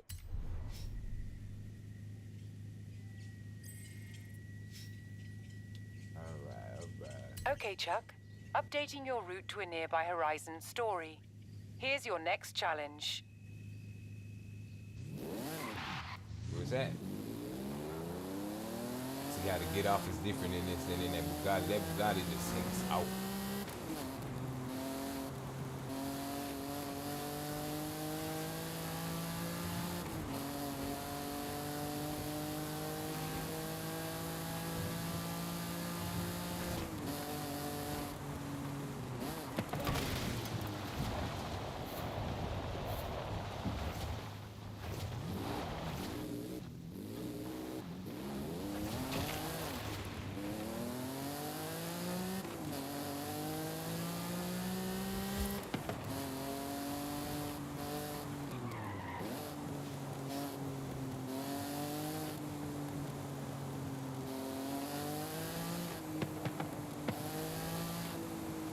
That boy be running, boy.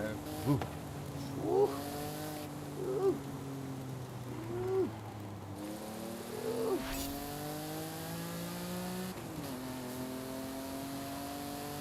Look at that wheel spin up like there.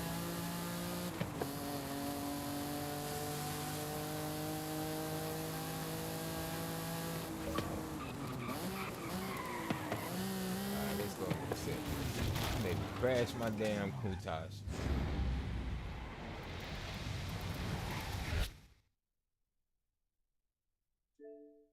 Alright, let's go ahead and serve this guy.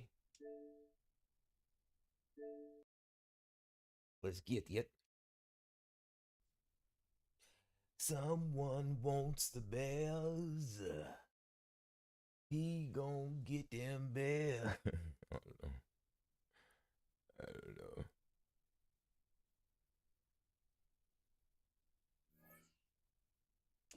Man, what he doing? What is going on? Can't take me out the game then.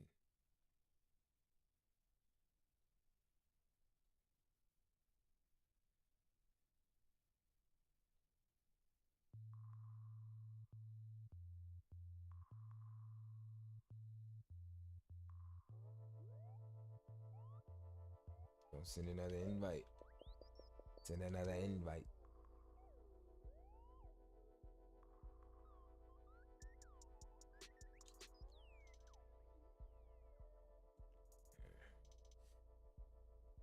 Doop doop. Doop doop doop doop.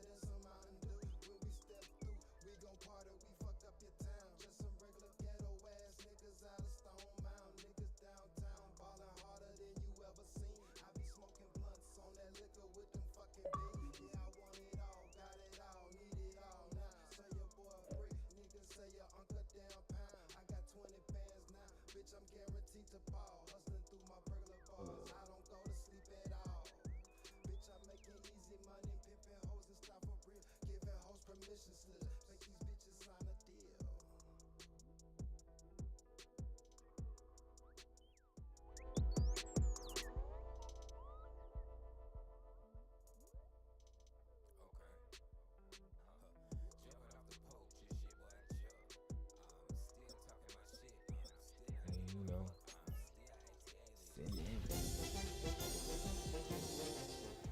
bear down, Chicago Bears. Yeah, they got the keys to victory.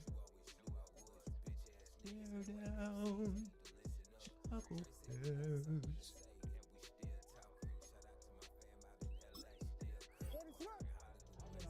Yeah, somebody gotta do it. I mean, yeah, somebody gotta do it. I tell the G, watching, do it. We survived outside, all from the music. What? They like, what he on? This is Alpha and Omega. Welcome home. This is not a song. This is a revelation. How to get a gone. You a man, baby. I don't understand, baby. Pay your bill and make you feel protected like I can, baby. Keep me some I'm missing you correction, that's the plan, baby. Don't put your life in these weird hands, baby.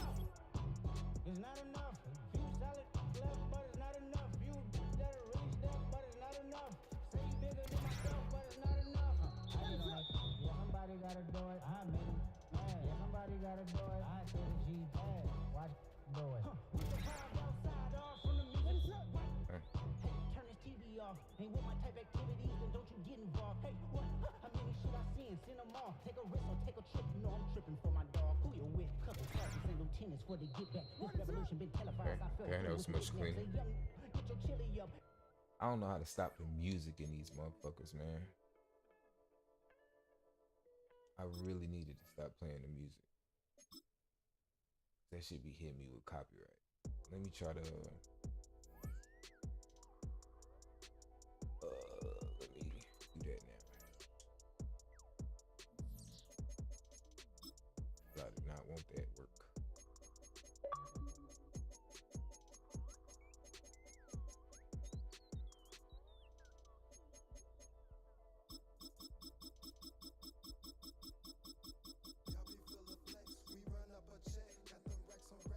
Audio presets. I wish it was one.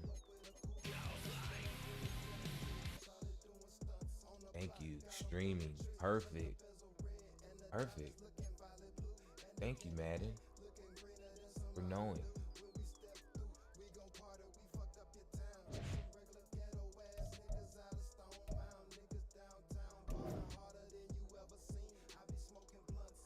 Awesome. Okay. Okay.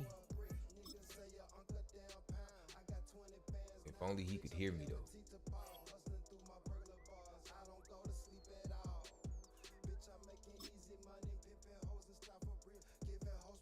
hear me though. If only he could hear me though. First opened in 2017. Here's a look inside the one-of-a-kind setting for football. That is Mercedes-Benz Stadium here in Atlanta. Shotgun P8557 says, suggest deep pass. Good one in store. It's the Chicago Bears. All right, let's do the it. Atlanta Falcons. There you go. Let's get it, my guy. Mike Tirico, Greg Olson, we welcome you. The punter, Bradley Pinion, gets this started. Off we go from Mercedes-Benz Stadium. Showing off the big leg. Didn't want to defend a return, so this ball is going to be spotted at the 35-yard line. All right. I know what he think I know what he think I'm gonna start with. Put some pressure on him, defense. Off the play fake. He'll look to throw. Pass is caught. That's DJ Moore. And he's going to be brought down up past the 45. They'll get 11 there. And that's a quick first down. Yeah, and that's a nice grab for his first catch of the game, Mike. And he's someone that the play caller has told us he wants to get him early touches, get him a feel for the game. A nice job there making that happen.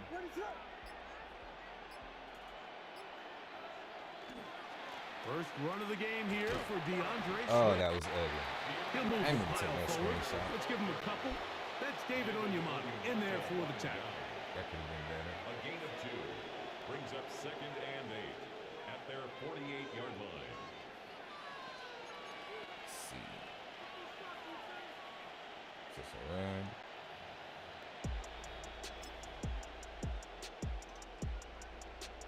Do it again. From a couple of yards shy of midfield, here's 2nd and 8.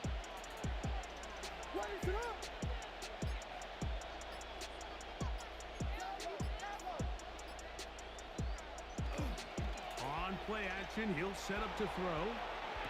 Woo! Brought in by the tight end, Cole Kmet. And they'll move this one down inside the 40-yard line. Give them 14 on that one. Good for a Bears first down. At the 39-yard line.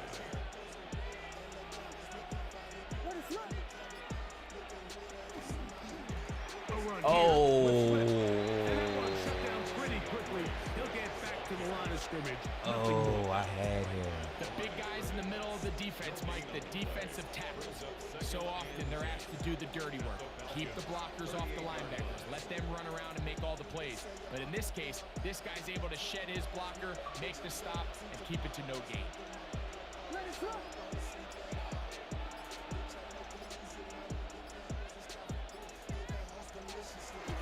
They'll go again with Swift. Come on. And that won't get a whole lot. Maybe a yard. That's it. A gain of 1 brings up 3rd down and 9.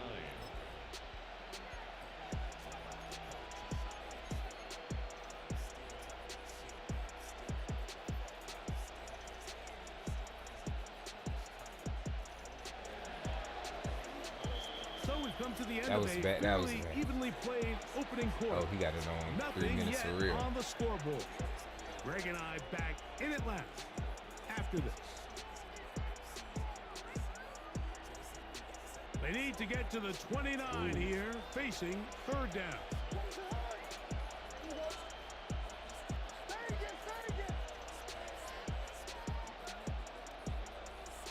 Working out of the gun, here's Williams. Open man, that's Luther Burden. That's his first reception of the ballgame, and it really comes at a good time as they get the conversion on 3rd down. What would coach And this do? is what can happen when you're so worried about protecting the sticks, Mike. You force them to throw the ball underneath, but then you've got to be able to rally the ball and tackle. But they weren't able to do it before he gets to the line to gain, and he ends up picking up the 1st down anyway.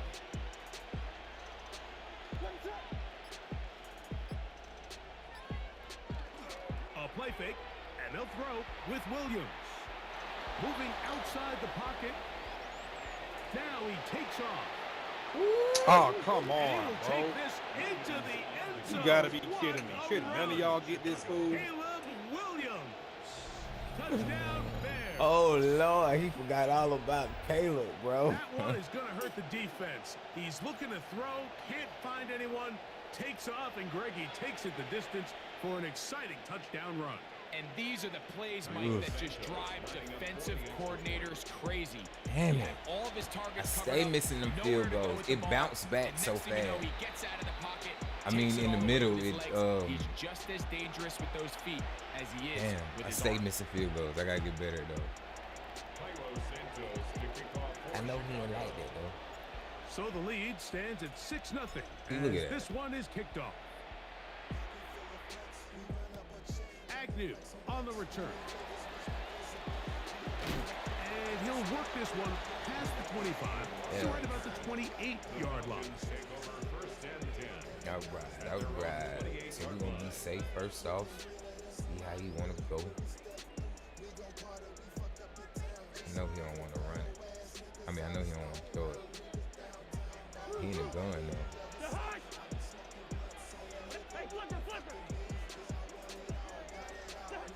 Cousins gonna throw to start things.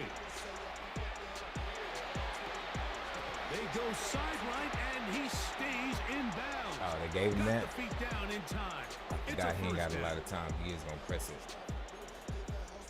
He is gonna press the issue.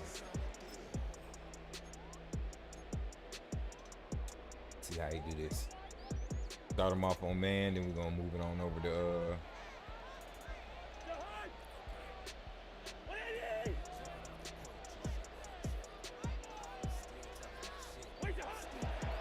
They'll run it for the first time with Bijan Robinson. yeah, I fucked that up. And the That was move my is man. down That was my inside man. The 40-yard line. 18 on the gain again. And another first down. For that play to work, Mike, you have to distort the defensive line at the point of attack. And what that means is the offensive lineman, you need one of them to win their block. Move the defender out of his gap. Because when you do, you can see there is a nice run lane. There you go with his middle thing. See, he only got, okay, I forgot who I'm playing. Inside the 20-yard line. I forgot who I'm playing. First catch for him on the afternoon, and it results in a first down. And I got him. Completion here as they try to get some points before the half. And remember, they're getting the ball back after the break, so they get a chance to double up possessions here if they're able to put a scoring drive Now watch, he's gonna throw it to the middle. closing stages of this half. He ain't got but so much he To can do. speak of on that one, maybe a gain of a yard. It's second down. Brings up 2nd and 9.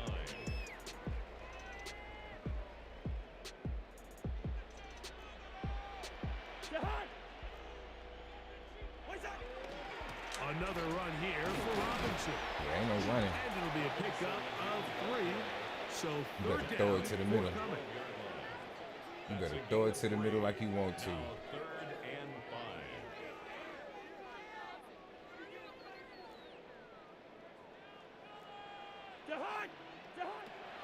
From the shotgun, it's Cousins. And caught left side. It's complete. And he's going to have the first down. They convert on 3rd, and it sets up a 1st and goal. Nothing really fancy about that last completion, but what it does do, Mike, is now they are on the doorstep of the end zone. So now they've got to find a way to finish this long drive with a touchdown. They'll run with Robinson. A second. Yes, sir. Bijan Robinson. Touchdown Atlanta. Man. Good drive. They kept the ball. Greg, they moved it effectively down the field. Bruh. And finish it off on the ground for the touchdown. So often, Mike, we see Come on. teams work on a great drive to get down here close, only to settle for a field goal. But in this case, give them a lot of credit. They put a great drive together, but they're able to capitalize and finish it off with 6. Zane Gonzalez on Miss for it, the man. point after. Boom. And that is off the left upright. It's no Wow. good.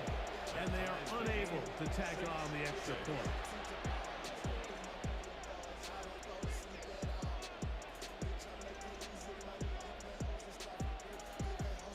Bradley Pinion sets Very the little kickoff. time remaining in this first half as this kick is away.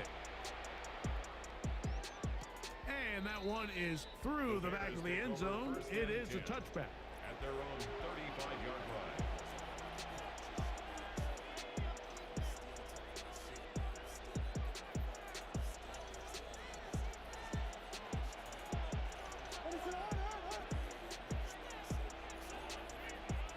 Williams gonna look to throw it on first down. Oh, man. Late in the half, it is intercepted. Oh, Luther Burton. Williams pass. Intercepted. The Falcons take over 1st and 10 at their own 36-yard line. I'm going to just pick it back. Damn, why did I do that? 1st and 10 now from the 36. Hey, Steamer! Working out of the gun, it's Cousins. Ooh, almost picked out. Incomplete. Almost picked out. Initially, a nice job by the receiver. He actually was open downfield. He was able to get behind the defense, but the window closed up so quickly they couldn't get the ball to him. Prevents the big play. 2nd and 10. Throwing now, Cousins. Going up top. That's going to wind up incomplete.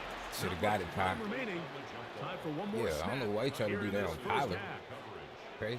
They're trying to take the top off the defense, make them feel that vertical threat, and soften everything up.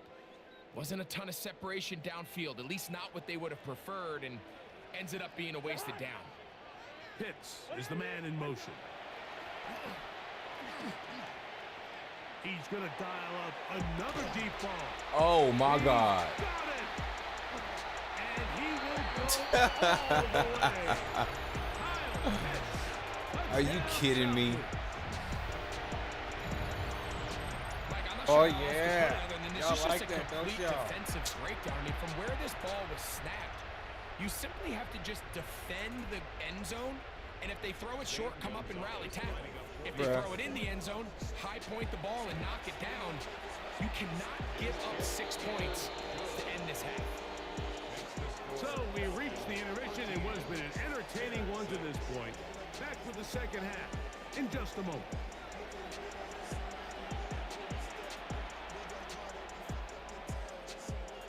was crazy.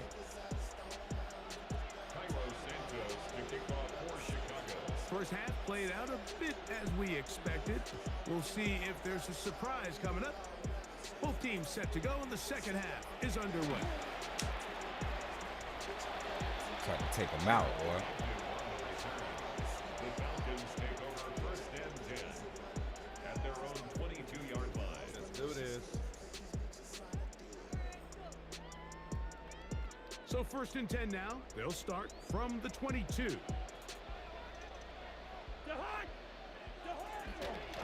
They'll start on the ground with Robinson. And that'll be a pickup of 3. Tackled at the 25-yard line. A 3-yard pickup brings up second and 7.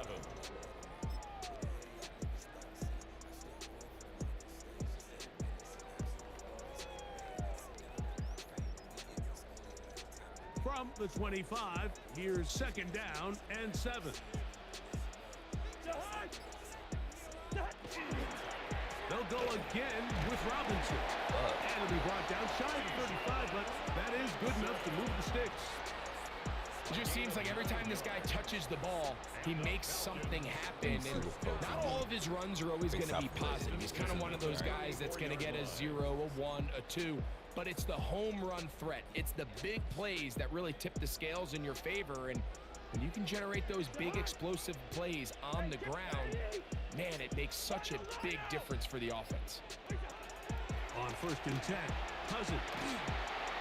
Come on, what's the pass to the field? Of the receivers outstretched arms, it is incomplete. What you want to do? It's a great example of why the premium players in this league on defense, Mike, they're the guys that impact the passing game, and whether that's defensive backs or guys that can defend at a high level, but especially pass rushers, because even though he doesn't get the sack, it's the pressure that leads to the bad throw that leads to the incompletion.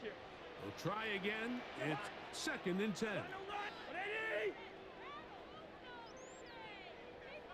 Nah, bro. Nah, dog. This thing.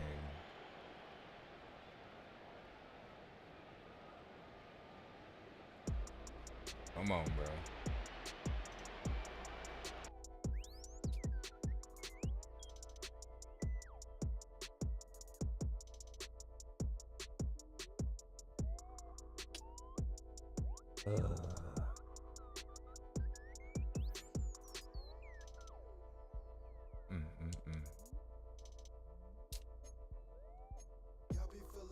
Okay. Play somebody. That's crazy. Ugh. I can't play online with you. Gotta have. I'm sorry, G. I really like playing with you, dog, but it has to be secure, man. We are 20 minutes south of downtown Buffalo.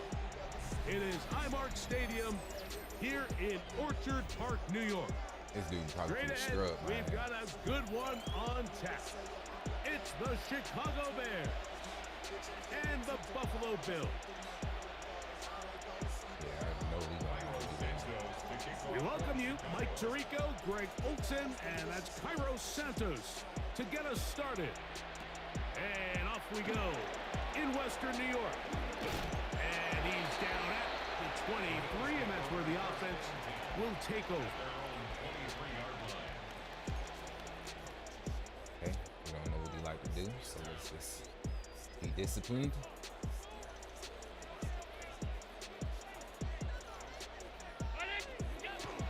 We'll go play action here with Allen. That's to the left side where he's got Kincaid. Nice gain here. He's going to be marched down at the 35-yard line. 12 yards on the game. That's good for a quick first down. And they certainly don't waste any time getting him involved. And we knew coming in that he would be a part of the game plan. But this is a sign of things to come. He could be in store for a big game. Fake the handoff, and now it's Allen. That one's incomplete. The defender right there to make the fight, and it's second down. Leads to second and Keon Coleman, the intended receiver. And that will lead to a second down.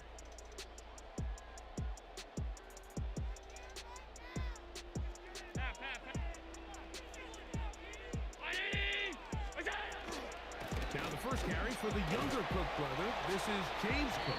And not much there. He's back to the original line. No gain on that.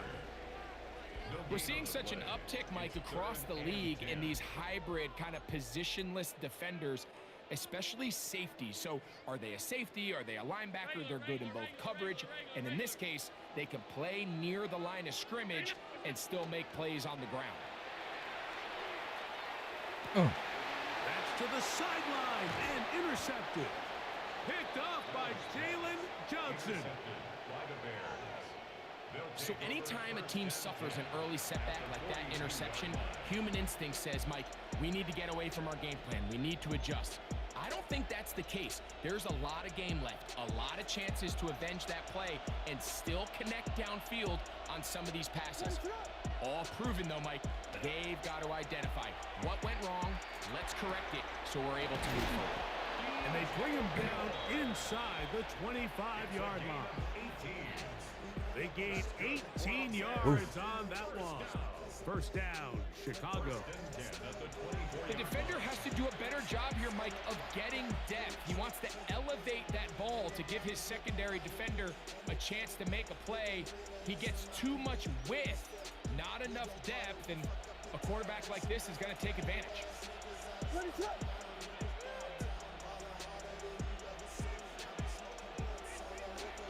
They'll run it for the first time with DeAndre Swift. And he'll be taken down. We have a chance for the first points of this game as they've set up first and goal.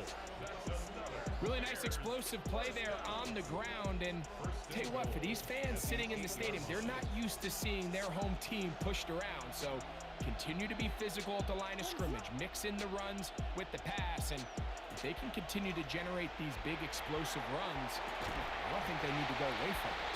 This one broken up. It's incomplete. The defender right there with him. It brings up second down. He's got to find a way to hold on to that one. I mean, you're right on the doorstep of the end zone. And listen, I understand that hit is coming. But guess what? That hit's coming whether you catch it or not. And you get paid to make the difficult catches. And I would classify that one as tough, but you got to make that catch. Give your team a chance to come away with this drive with some points. And this defense trying to stiff it. He gets back to the line, and that is it. Third and goal coming up. Well, after the failures of the first and second down, you got to look now at your third down call sheet. Every play caller has a section, must-have-it plays, critical downs. I say this one falls in that category, and we'll see what they have up their sleeve. They'll try and throw, and here's Williams. Fuck. And that is incomplete. I think that's crazy. The intended target. And it'll be fourth and goal coming up. They let a golden opportunity slip away on that one. That's the matchup that they wanted. They just couldn't quite capitalize on it.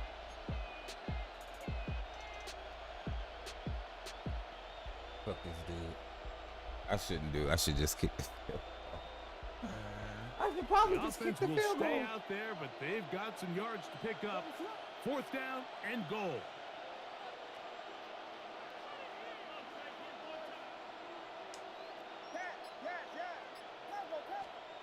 They'll indeed go. It's Williams. And this is caught. Wow, the decision to go pays off. Cole Kmet, touchdown Chicago. Let's go. Let's go. You know, Mike, I think we're going to see a lot of this. And you know why? It's the new kickoff rule. So think about it. In the old days, you'd kick a field goal, you'd kick a touchback, and your opponent would have the ball on the 20. You didn't give up as much field position, but you only got 3 What points. was that? Shaking. Nowadays, you go for 3 points and you kick a touchback. They get the ball on the 35. It's almost 30 yards of field position. You're just better off going for touchdowns when you get in here tight. On the return, it's Ty Johnson. And he'll be brought down past the 25. Decent field position to start this drive.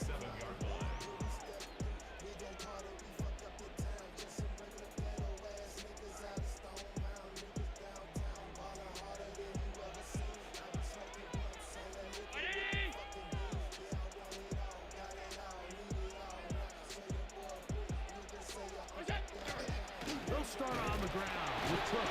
Yeah, he did not want to do that. He did not want to do that, boy. To no gain. Lost one on the last play, so now it's 2nd and 11. At the 26-yard line. Allen working from the pistol. A pass caught by the veteran. That's Brandon Cooks. I And he's fucked gonna it be out up. of bounds up I had around the him, bro. 39-yard I had line. Grady on him. 13 yards on the catch there. First down, Buffalo. 1st and 10 at the 39-yard line. He gonna try to throw it again. I had him, bro. 319. From the gun, Josh Allen. Open man downfield, it's Kincaid. He thinks he He's got going me to be next. out of bounds inside the Gonna go man. 40-yard line. Allen to his tight end, Kincaid, and the Bills have a first down. At the 38-yard line. We are through one. Yep. 7-0 is our score. More after He this. just throwing it. You're watching Stoning the on him, NFL Chowder. on EA Sports.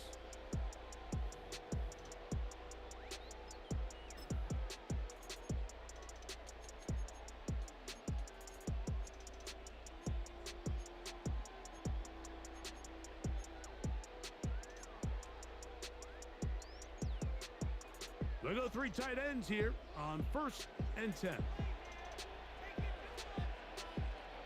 The tight end going in motion to the left. Allen going to throw on 1st and 10. He'll be taken down rather swiftly after a gain of just 3. All right, so anytime you're facing the blitz, the best thing you can do as an offense is just get the ball out of your hand. Get into the hands of receiver, run after catch. In this case, nice job by the defense, rallying to the ball. Modest gain. From the 34-yard line, here's 2nd and 6. Throwing again is Allen. They'll set up the screen to Cook. And it'll be a short pickup. That's not enough for the first down. 3rd and a yard. Middle. Brings up 3rd and 1. We'll try and run here with Cook. It's a gain of 12 there. Good for a Bills first down. And that's a heck of a run there on 3rd and 1. So often these backs, they're just thinking, all right, just get 1 yard, pick up the first down. But not this guy. He's thinking, I know where the marker is, but I'm going to pick up as many yards after that as I can. That's exactly what he does. Fresh set of downs. He stay doing that. Screen here. He stay doing that screen, huh? On display there. Nifty footwork setting up 1st and goal.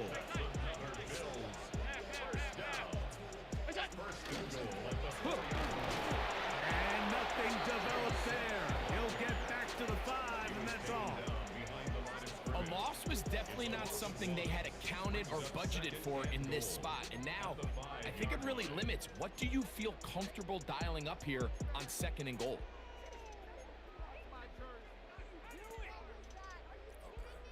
Back to the 5-yard line now. 2nd down and goal. 2 minutes remaining. Hell yeah. First half in a 7-0 game. Greg and I back in Buffalo after this. In Buffalo.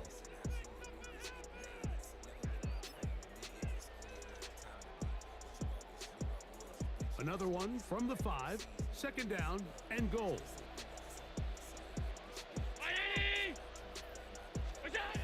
From the gun, here is Damn, I left him wide He's open. got his big tight end. I left Dustin him wide Kincaid. open. Why did I do that? Buffalo. That was And this my is fault. what good Bad D. offenses in the NFL do, Mike. Bad It's the defense. ability to bounce back.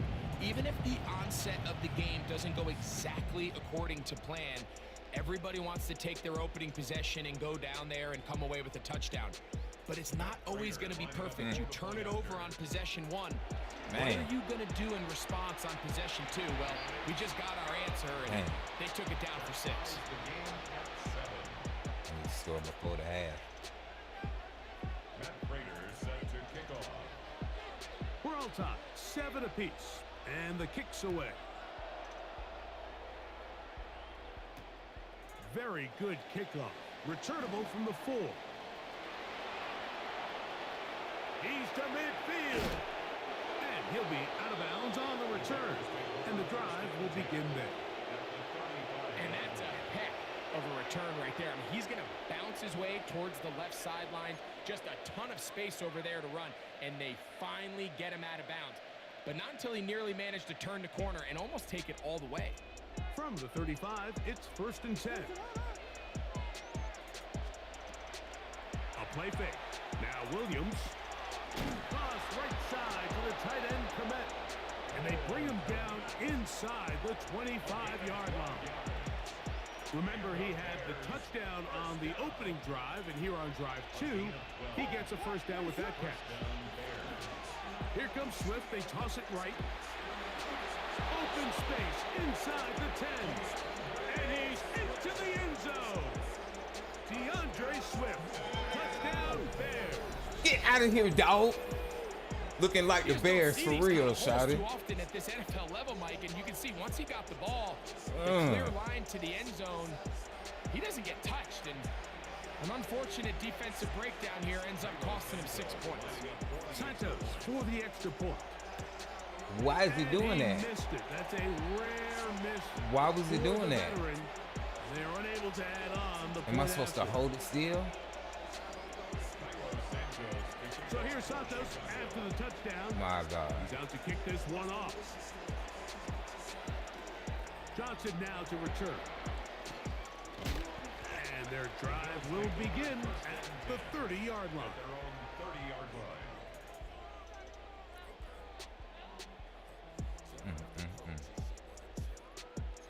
I need something, man. Actually, I know where you're going to want to go. Now Allen on first down. Rush comes. They're setting up the screen. He's going nowhere. Loses yardage on that play. Allen now on second down. And this is going to be caught, but they say out of bounds. I was going to say, shouty. Like what?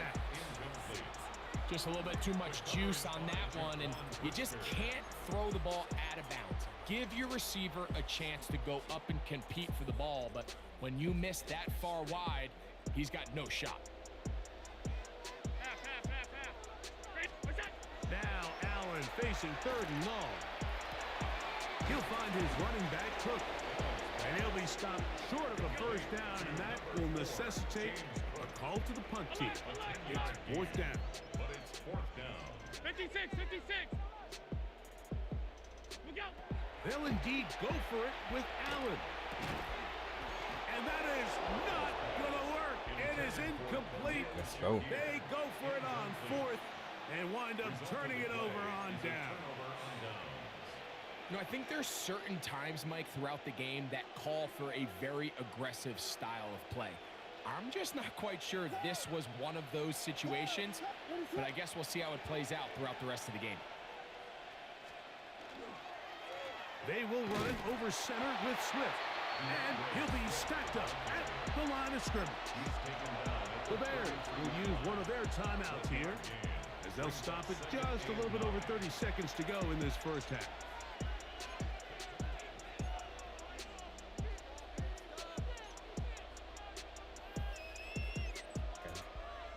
Here's a 2nd and 9. They got Rome and Burden.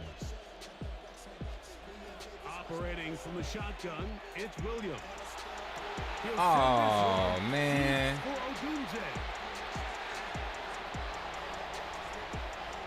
Man. Oh, my God. Up past the 35-yard line. That was my fault. The best way, Mike, for a defense to bait these bad throws is don't allow the quarterback to throw the ball to their first read.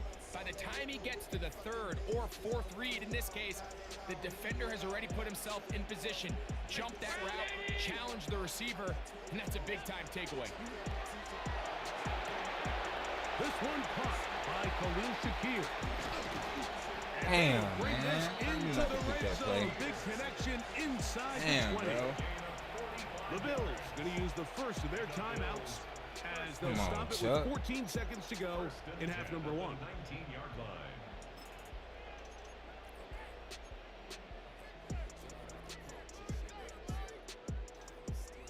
So here's a 1st and 10 now, down inside the 20. In motion goes Cooks.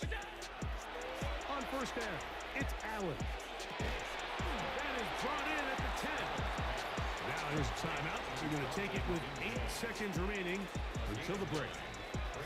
These are the play calls, Mike, that offensive coordinators use to just get their quarterback and their passing game into some sort of rhythm. Easy pitch and catch, get the ball out of his hand, see a completion.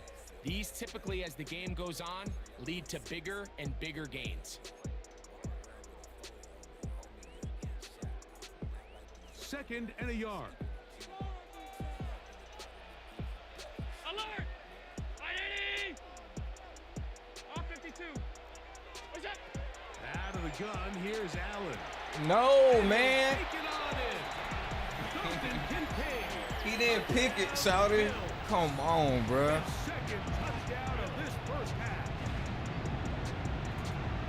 You know, we spent so much time talking about the heroics of a game-winning drive to end the 4th quarter in 2-minute mode. But let's talk about a 2-minute mode, Mike, at the end of the first half. It might not be in walk-off fashion, but I'll tell you what, executing that here, God going into dang, halftime, man. changes this entire game. 14. Bears 13. Because I threw a pick. I got to be better than that, man. So, final seconds of this first Damn, half. man. Looks like they'll take a lead into the locker room as the kick's away. Here comes a return from the 3. He'll work his way across the 25-yard line. Take over 1st and 10 at their own 26-yard line.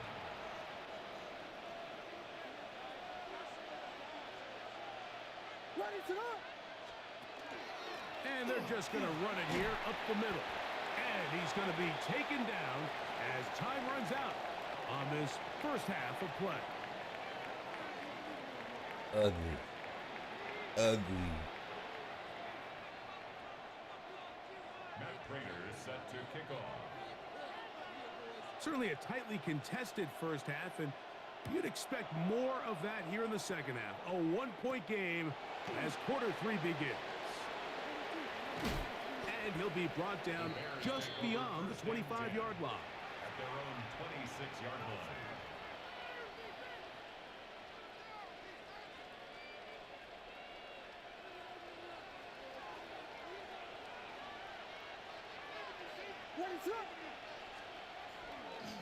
This drive will begin with a run by Swift. Damn, bro. And he is depleted on that one. Picked up, thrown down behind the line of scrimmage. A loss of 2. Well, they try to get the run game started here early on this drive, Mike, and they're just going to have to do a better job up front. There's really nowhere for this ball carrier to go. You never want to lose yards on 1st down, but that's exactly the case here. Hit as he throws, and it is incomplete. Just couldn't deliver that one the way he wanted to. Not really sure if there was much there anyways. We do know it'll be 3rd down. They got there in a hurry, didn't they, Mike? I mean, luckily for him, he saw that free rusher coming, and at the very least was able to get that ball out to prevent the sack.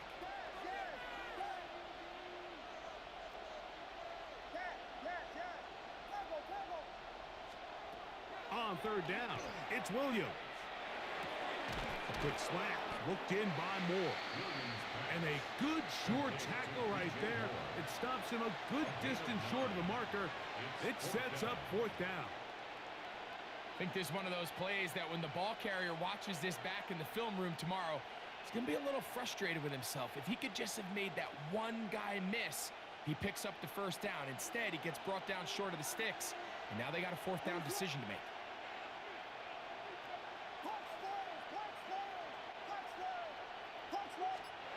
They're going for it. Here's Williams. He gets this complete to Burden. And he'll indeed pick up a Bears first down. They come up with a big one there to keep the drive moving and then some. Well, you can see the entire sideline and, frankly, the entire fan base kind of holding their breath. That decision on your own side of midfield to go for it on 4th down, had they not gotten it, that's a tough position to put your defense in, but that's a conversation for another day. The offense is going to stay on the field after the conversion, and now they got to see, can they take advantage of that aggressive play call and finish this drive with points? Give them 27, and it's 1st and goal. Probably took him a little bit longer than they would have preferred, but he finally gets on the board. First catch, first touch. Here's we start the second half.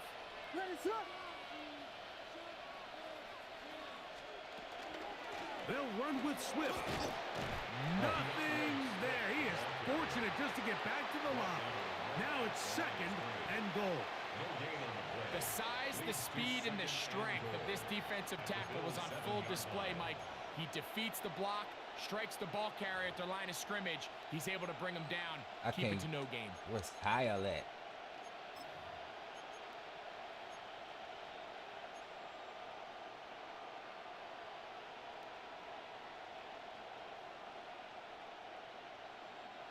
Tried again here from the 7-yard line, 2nd down and goal. One more time, they try Swift. Damn, bro. Once again, this defense up to the task. They stop it for no gain yet again. And now it's 3rd down. Give credit to this defense, Mike. Their back's against the wall, and they're standing tall so far. Nothing on those first 2 runs. We'll see what the offense has in store now as they bring up 3rd down. Play 7 of the drive coming up, and it's 3rd and goal. They'll try to run with Swift, and he's going nowhere. Met and dropped behind the line, and now it's 4th and goal. A bit of a curious call there, Mike, on 3rd and goal from this far out. You thought they would have turned to their passing Damn, and I've been game. missing these. Tried to catch the defense sleeping and keep it on the ground. Great job by the defense being ready for everything. What? Not only do they stop him, they take him back for a loss. Well, no excuses here, Mike. This is pretty clear. He just flat out pulled it and winds up missing it wide left. How did I miss that, dog? The drive begins at the 20. Here's 1st and 10. That was a horrible drive, bro. On play action, Allen. Aside that open man is Knox.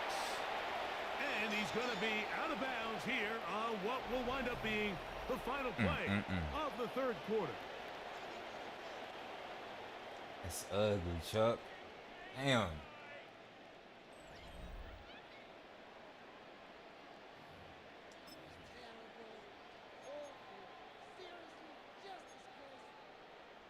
I agree. So it'll be 1st and 10. They'll scrimmage at the 33.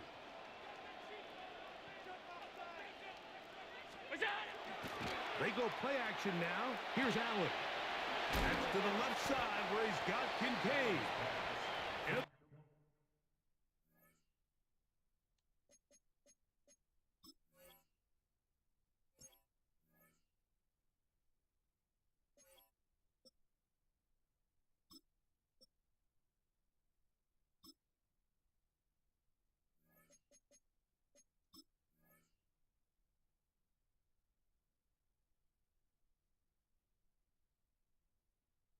Come on.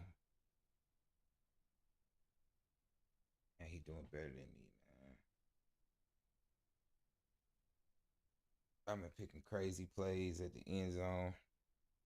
Taken down rather swiftly after a gain of just 3. It's a pickup of 3. Brings up 2nd and 7. At the 36 Ball on the 36 now. Here's 2nd and 7.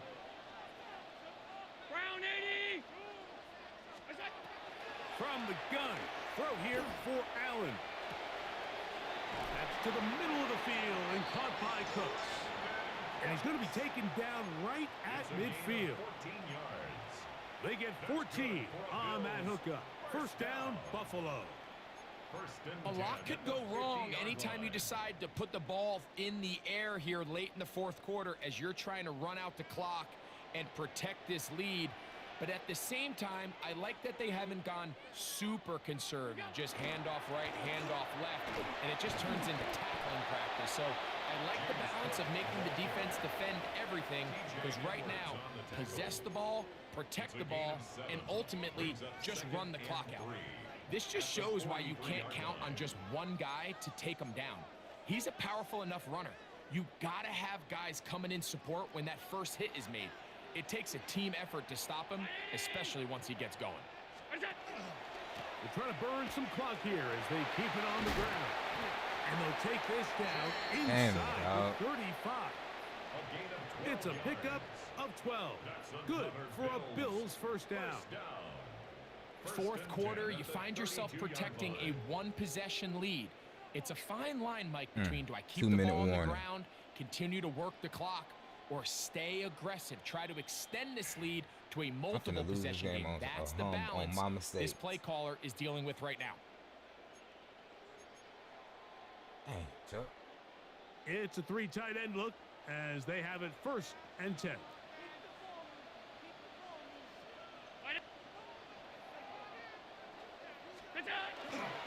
They'll keep it on the ground with Cook. A modest gain, maybe 2 yards. It's 2nd down. He was brought down by DeMarco Jackson. 2 yards on the pickup. It's 2nd and 8 at the 29-yard line.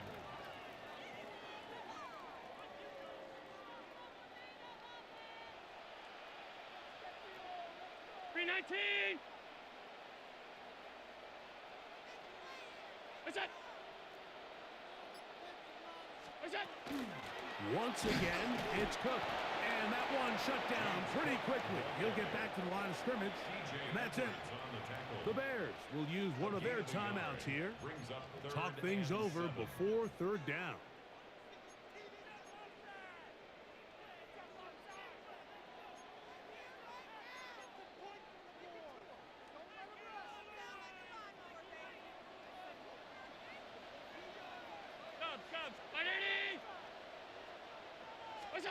They'll drop the throw.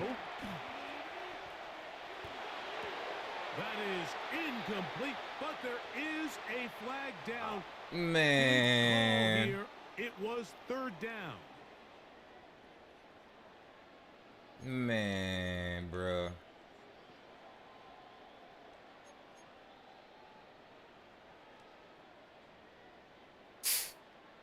On the move at the 14-yard line, it's 1st and 10. Half. 180! Hey, tight. Look out! Allen going to get it out quickly to Coleman. That's a 2nd charge timeout to Chicago. And they'll get together prior to the 2nd down play. At the Bears' 11-yard line.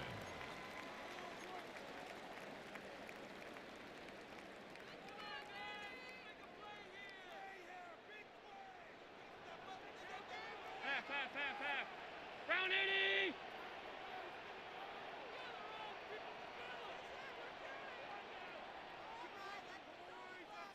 Go! What's that? Operating out of the gun, here comes Allen. That is caught by the tight end. Quan Brisson. Look, shouty. He just looked, man. His big night continues. His 3rd touchdown of the game. Look at this shit. Greg, it's the quarterback's best friend, and you were that guy for a lot of years. The tight end in a tight area with man coverage.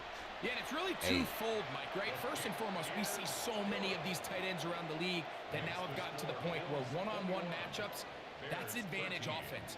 But then even in the cases they don't create great separation, Mike, it's their size, their catch radius. It's such a friendly target for the quarterback that when things get tight in the red zone, they look to the tight end.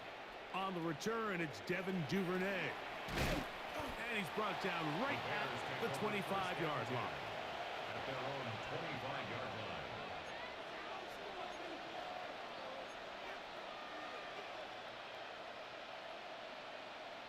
line. They'll come up for 1st and 10.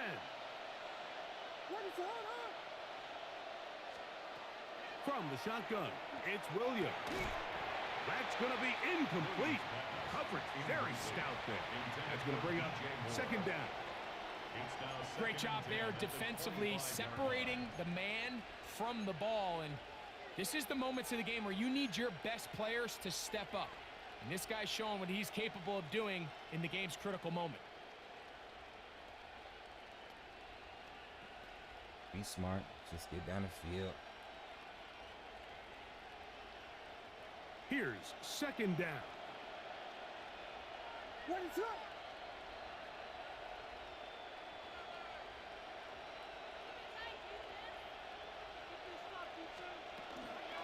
They'll stick to the ground. And they're going to mark them down up past the 35.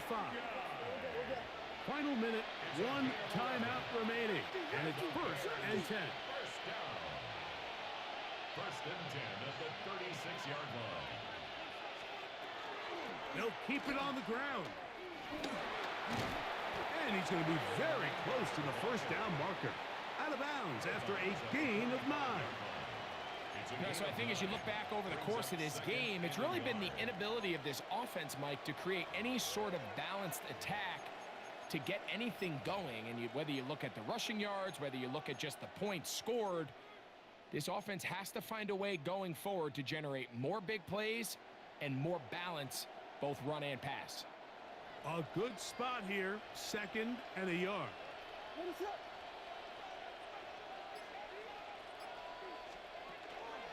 Off play action. Here's, and a pressure there. He can't get a throwaway. Man, he still came at me, shouting. The Bears go ahead, take their Damn 3rd it, man. and final Boot timeout. slide, man. Clock stops with 33 seconds remaining.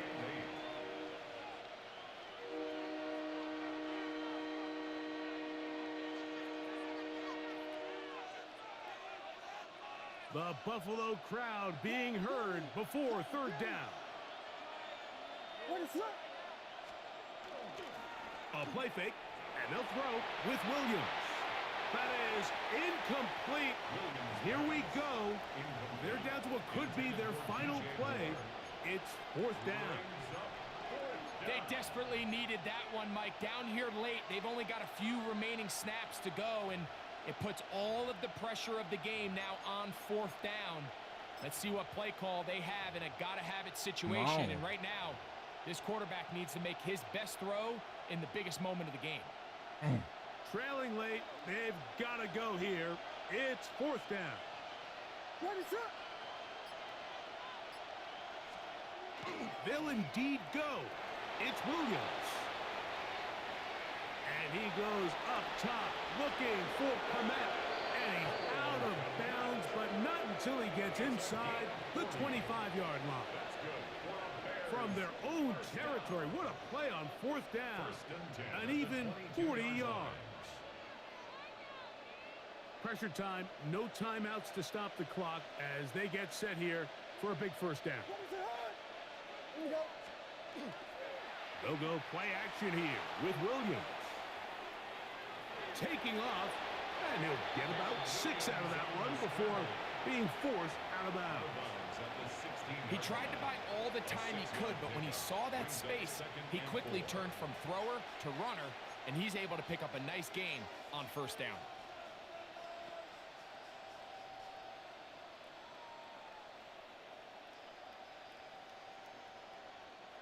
Now, 2nd and 4.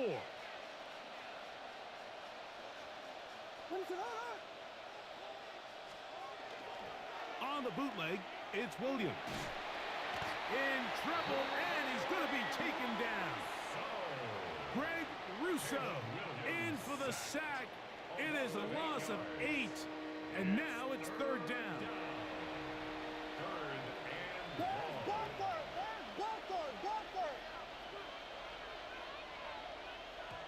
And they get the spike with just 2 seconds left.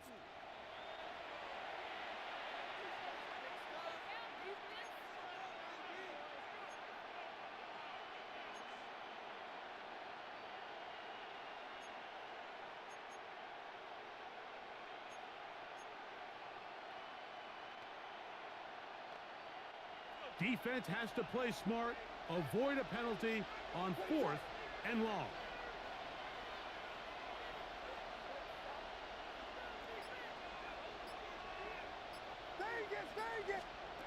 Here we go.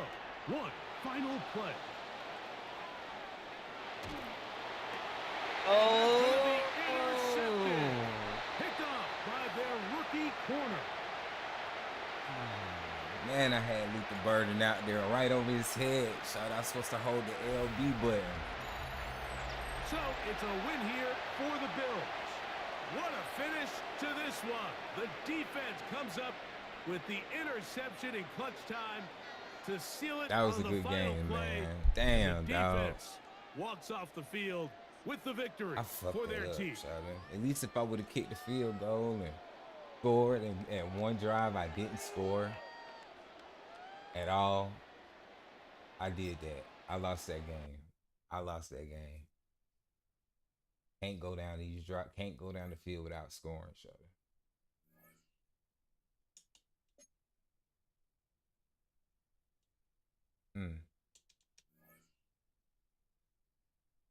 That was tough. Oh, man. Excuse me. Dang, bro. Need a breather after that, I think. That was a lot mentally.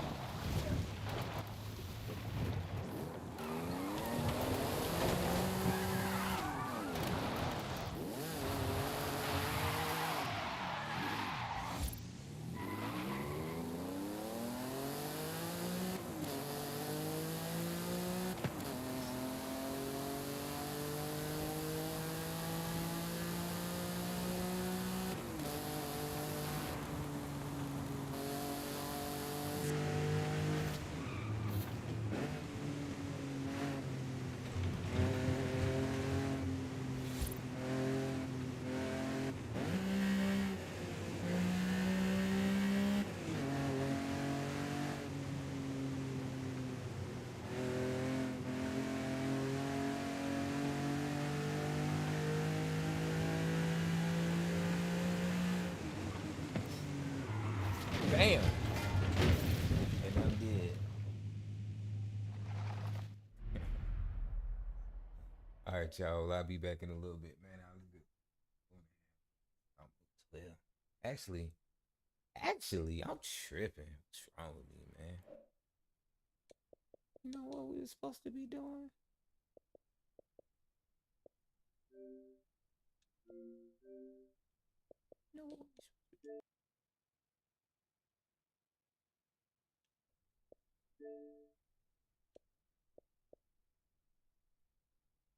Mm-hmm. Mm-hmm. Mm-hmm. And then I gotta work on these songs, man. Then I gotta work on these songs, dog. Intimate.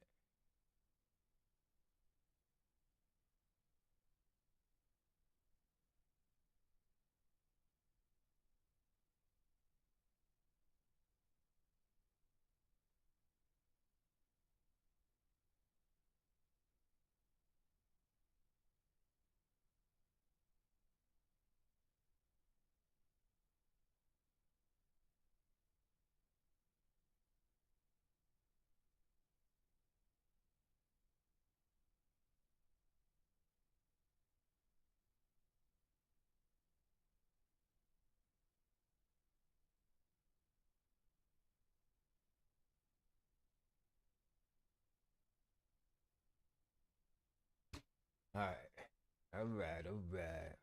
Now where was we? Where was we? We was gonna try to do some secondary quests because we was doing meet Zoltan and the Kingfisher Inn. Where am I? Bike Island. Steel. Alright, so we need to go here real quick. Right after all that crazy shit just happened, that's right. That's right.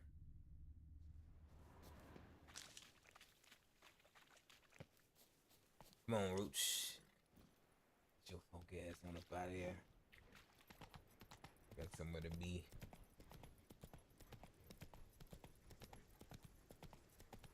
Now, where was that actually, though? Oh, let's get it green.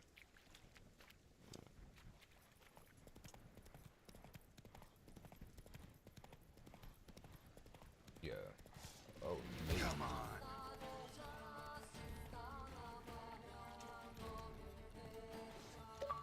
Alright, stay right there, Roach. Just in case these things come back. There you go.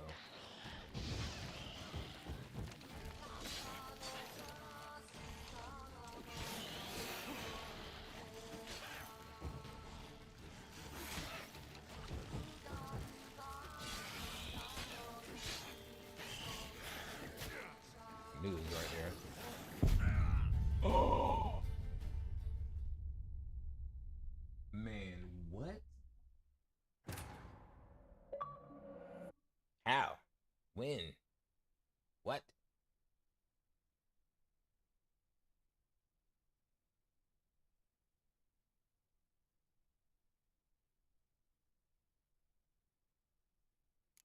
I'm flabbergasted.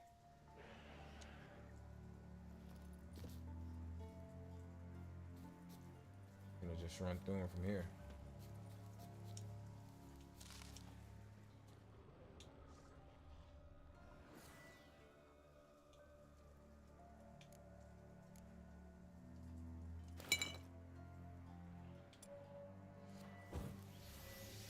Going this thing a little bit more prepared to deal with these little niggas.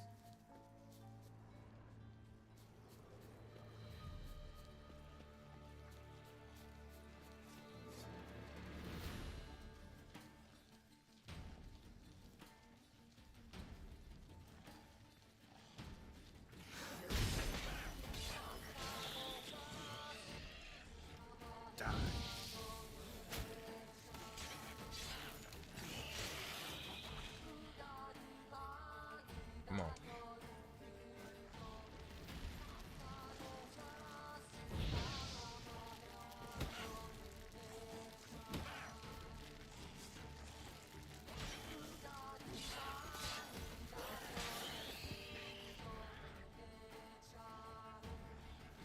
Come on, sucker.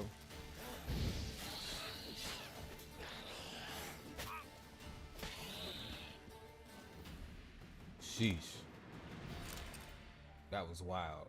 I don't know how I went out like that the last time, but you know, things happen sometimes, you know? Things happen. You get all that.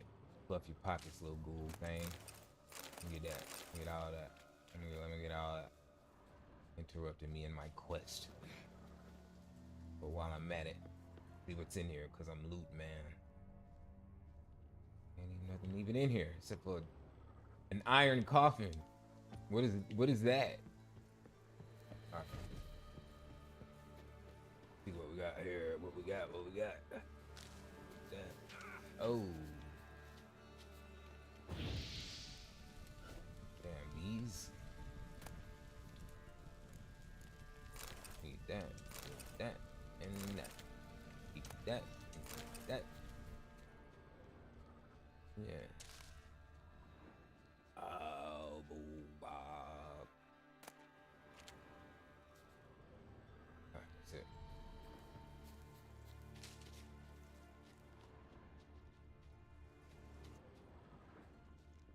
That's it, huh?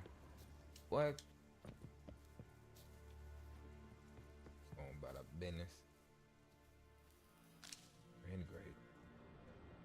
Okay. I'm sure that'll come in handy.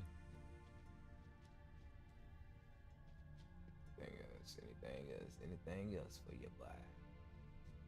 Oh, we don't want to travel too far off the mark. Okay.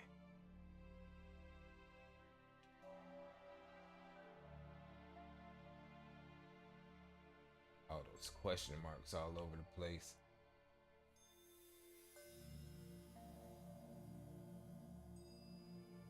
Give me the quests.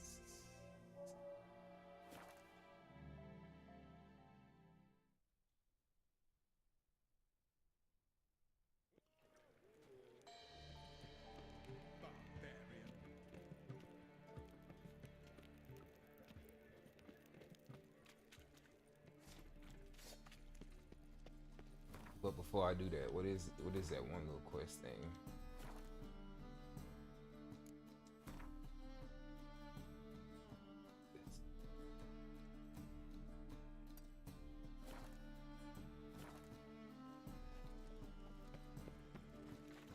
What's he doing here? Whatever I want to do. You doing here, nigga? Look awfully suspicious to me. You do too, sucker.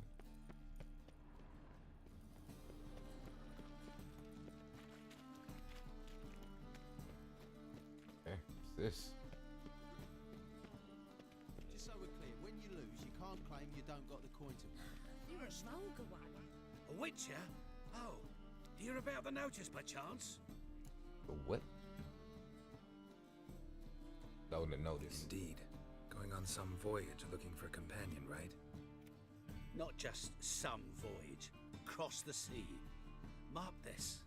When I got pressed into the infantry in 1242, I promised my beloved Letta I'd return alive, whole, and with a pearl from Skellige. Not just any pearl either. A black one. The rarest and most precious. Well, ambitious. Perhaps. But they were empty words. I came from the war, that one and the next, but I never fulfilled my promise. My time to change that. For if not now, then when? The thing is, I've grown old in the meantime, as you see. Can't manage it alone, need a strong shoulder to lean on. Witcher's shoulders as strong as they come. So, what do you say? I got you, my It's guy. crazier than it is sane, but there's an irresistible charm to it. Offer me some pay and I'll help you out. Don't you fret about coin. I brought home a good deal of it from various fronts. Say we meet in Skellige, by the collapsed bridge near Arenbjorn. It's but a hop away from the bed with black pearls aboard. Will that work for you? Sounds fine. See you there. Where's Lucy at? Send her.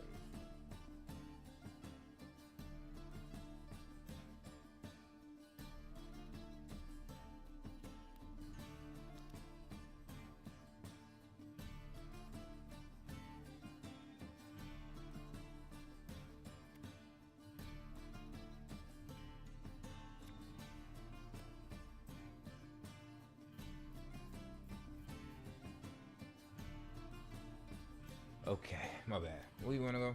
Meet Zoltan first. Okay. Let's go about our business. What's that? What is it? Sorry. I ain't see 12 around, so I figured it was okay. You know?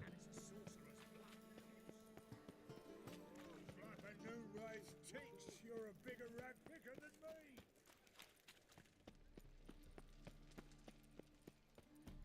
Just running along. Woo.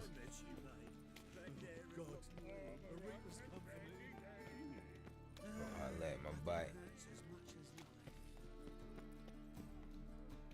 What's it?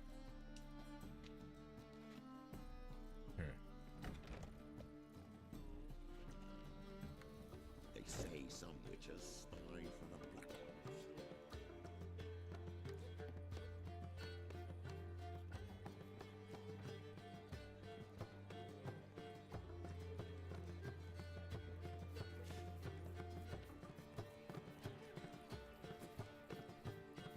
A witcher. You're in for it now. You must be upstairs. Hired killer. I wonder if it pays taxes. Ah.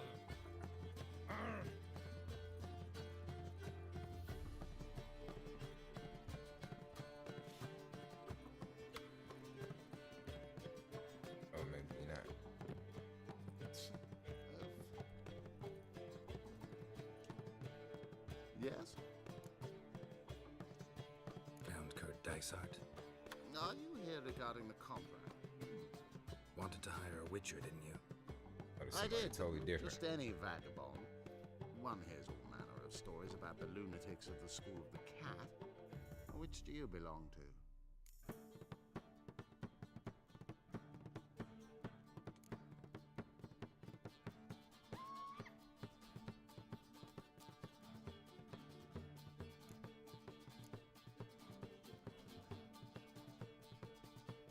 Not your concern, Lord Dysart.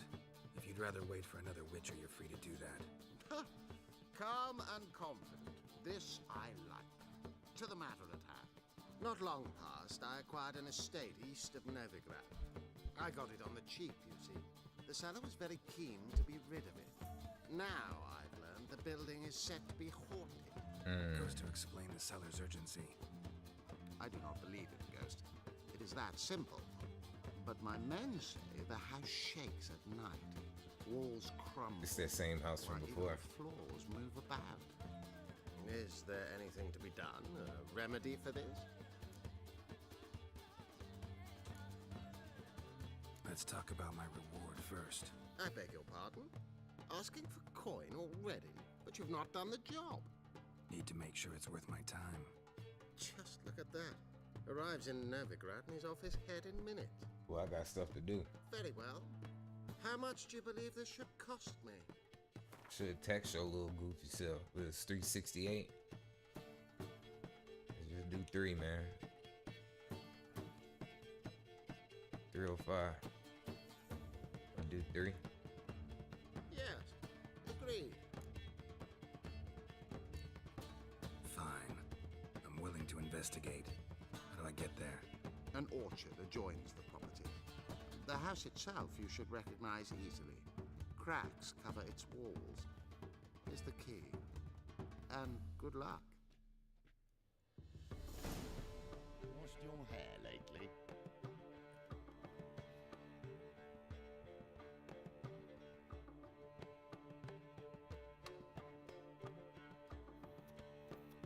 Back again, Rivian Trap.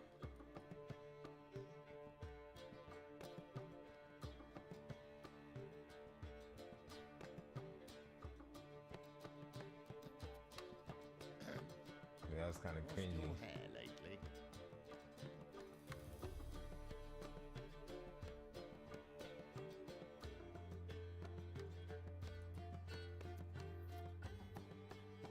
You young proletariat.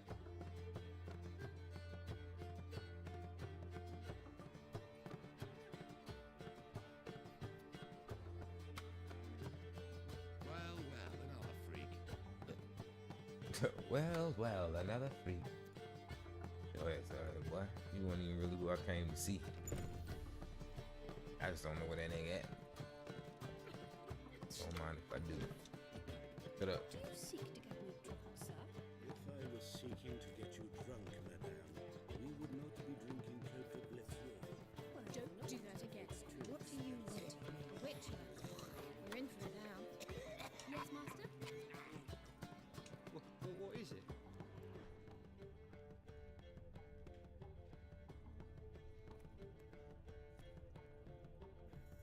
Oh, after sundown. Beguile my man. Here it is. It's 5:30 in the morning. Duh. Word is that'll be a big turn. Darkness everywhere. Are they worth seeing? And how? Buxom lasses from the man.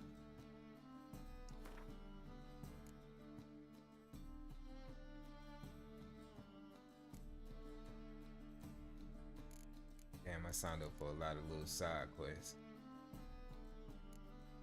I guess that's what we finna do then. Bunch of little side quests. Well, let me do some stuff real quick and I'll be back in a bit.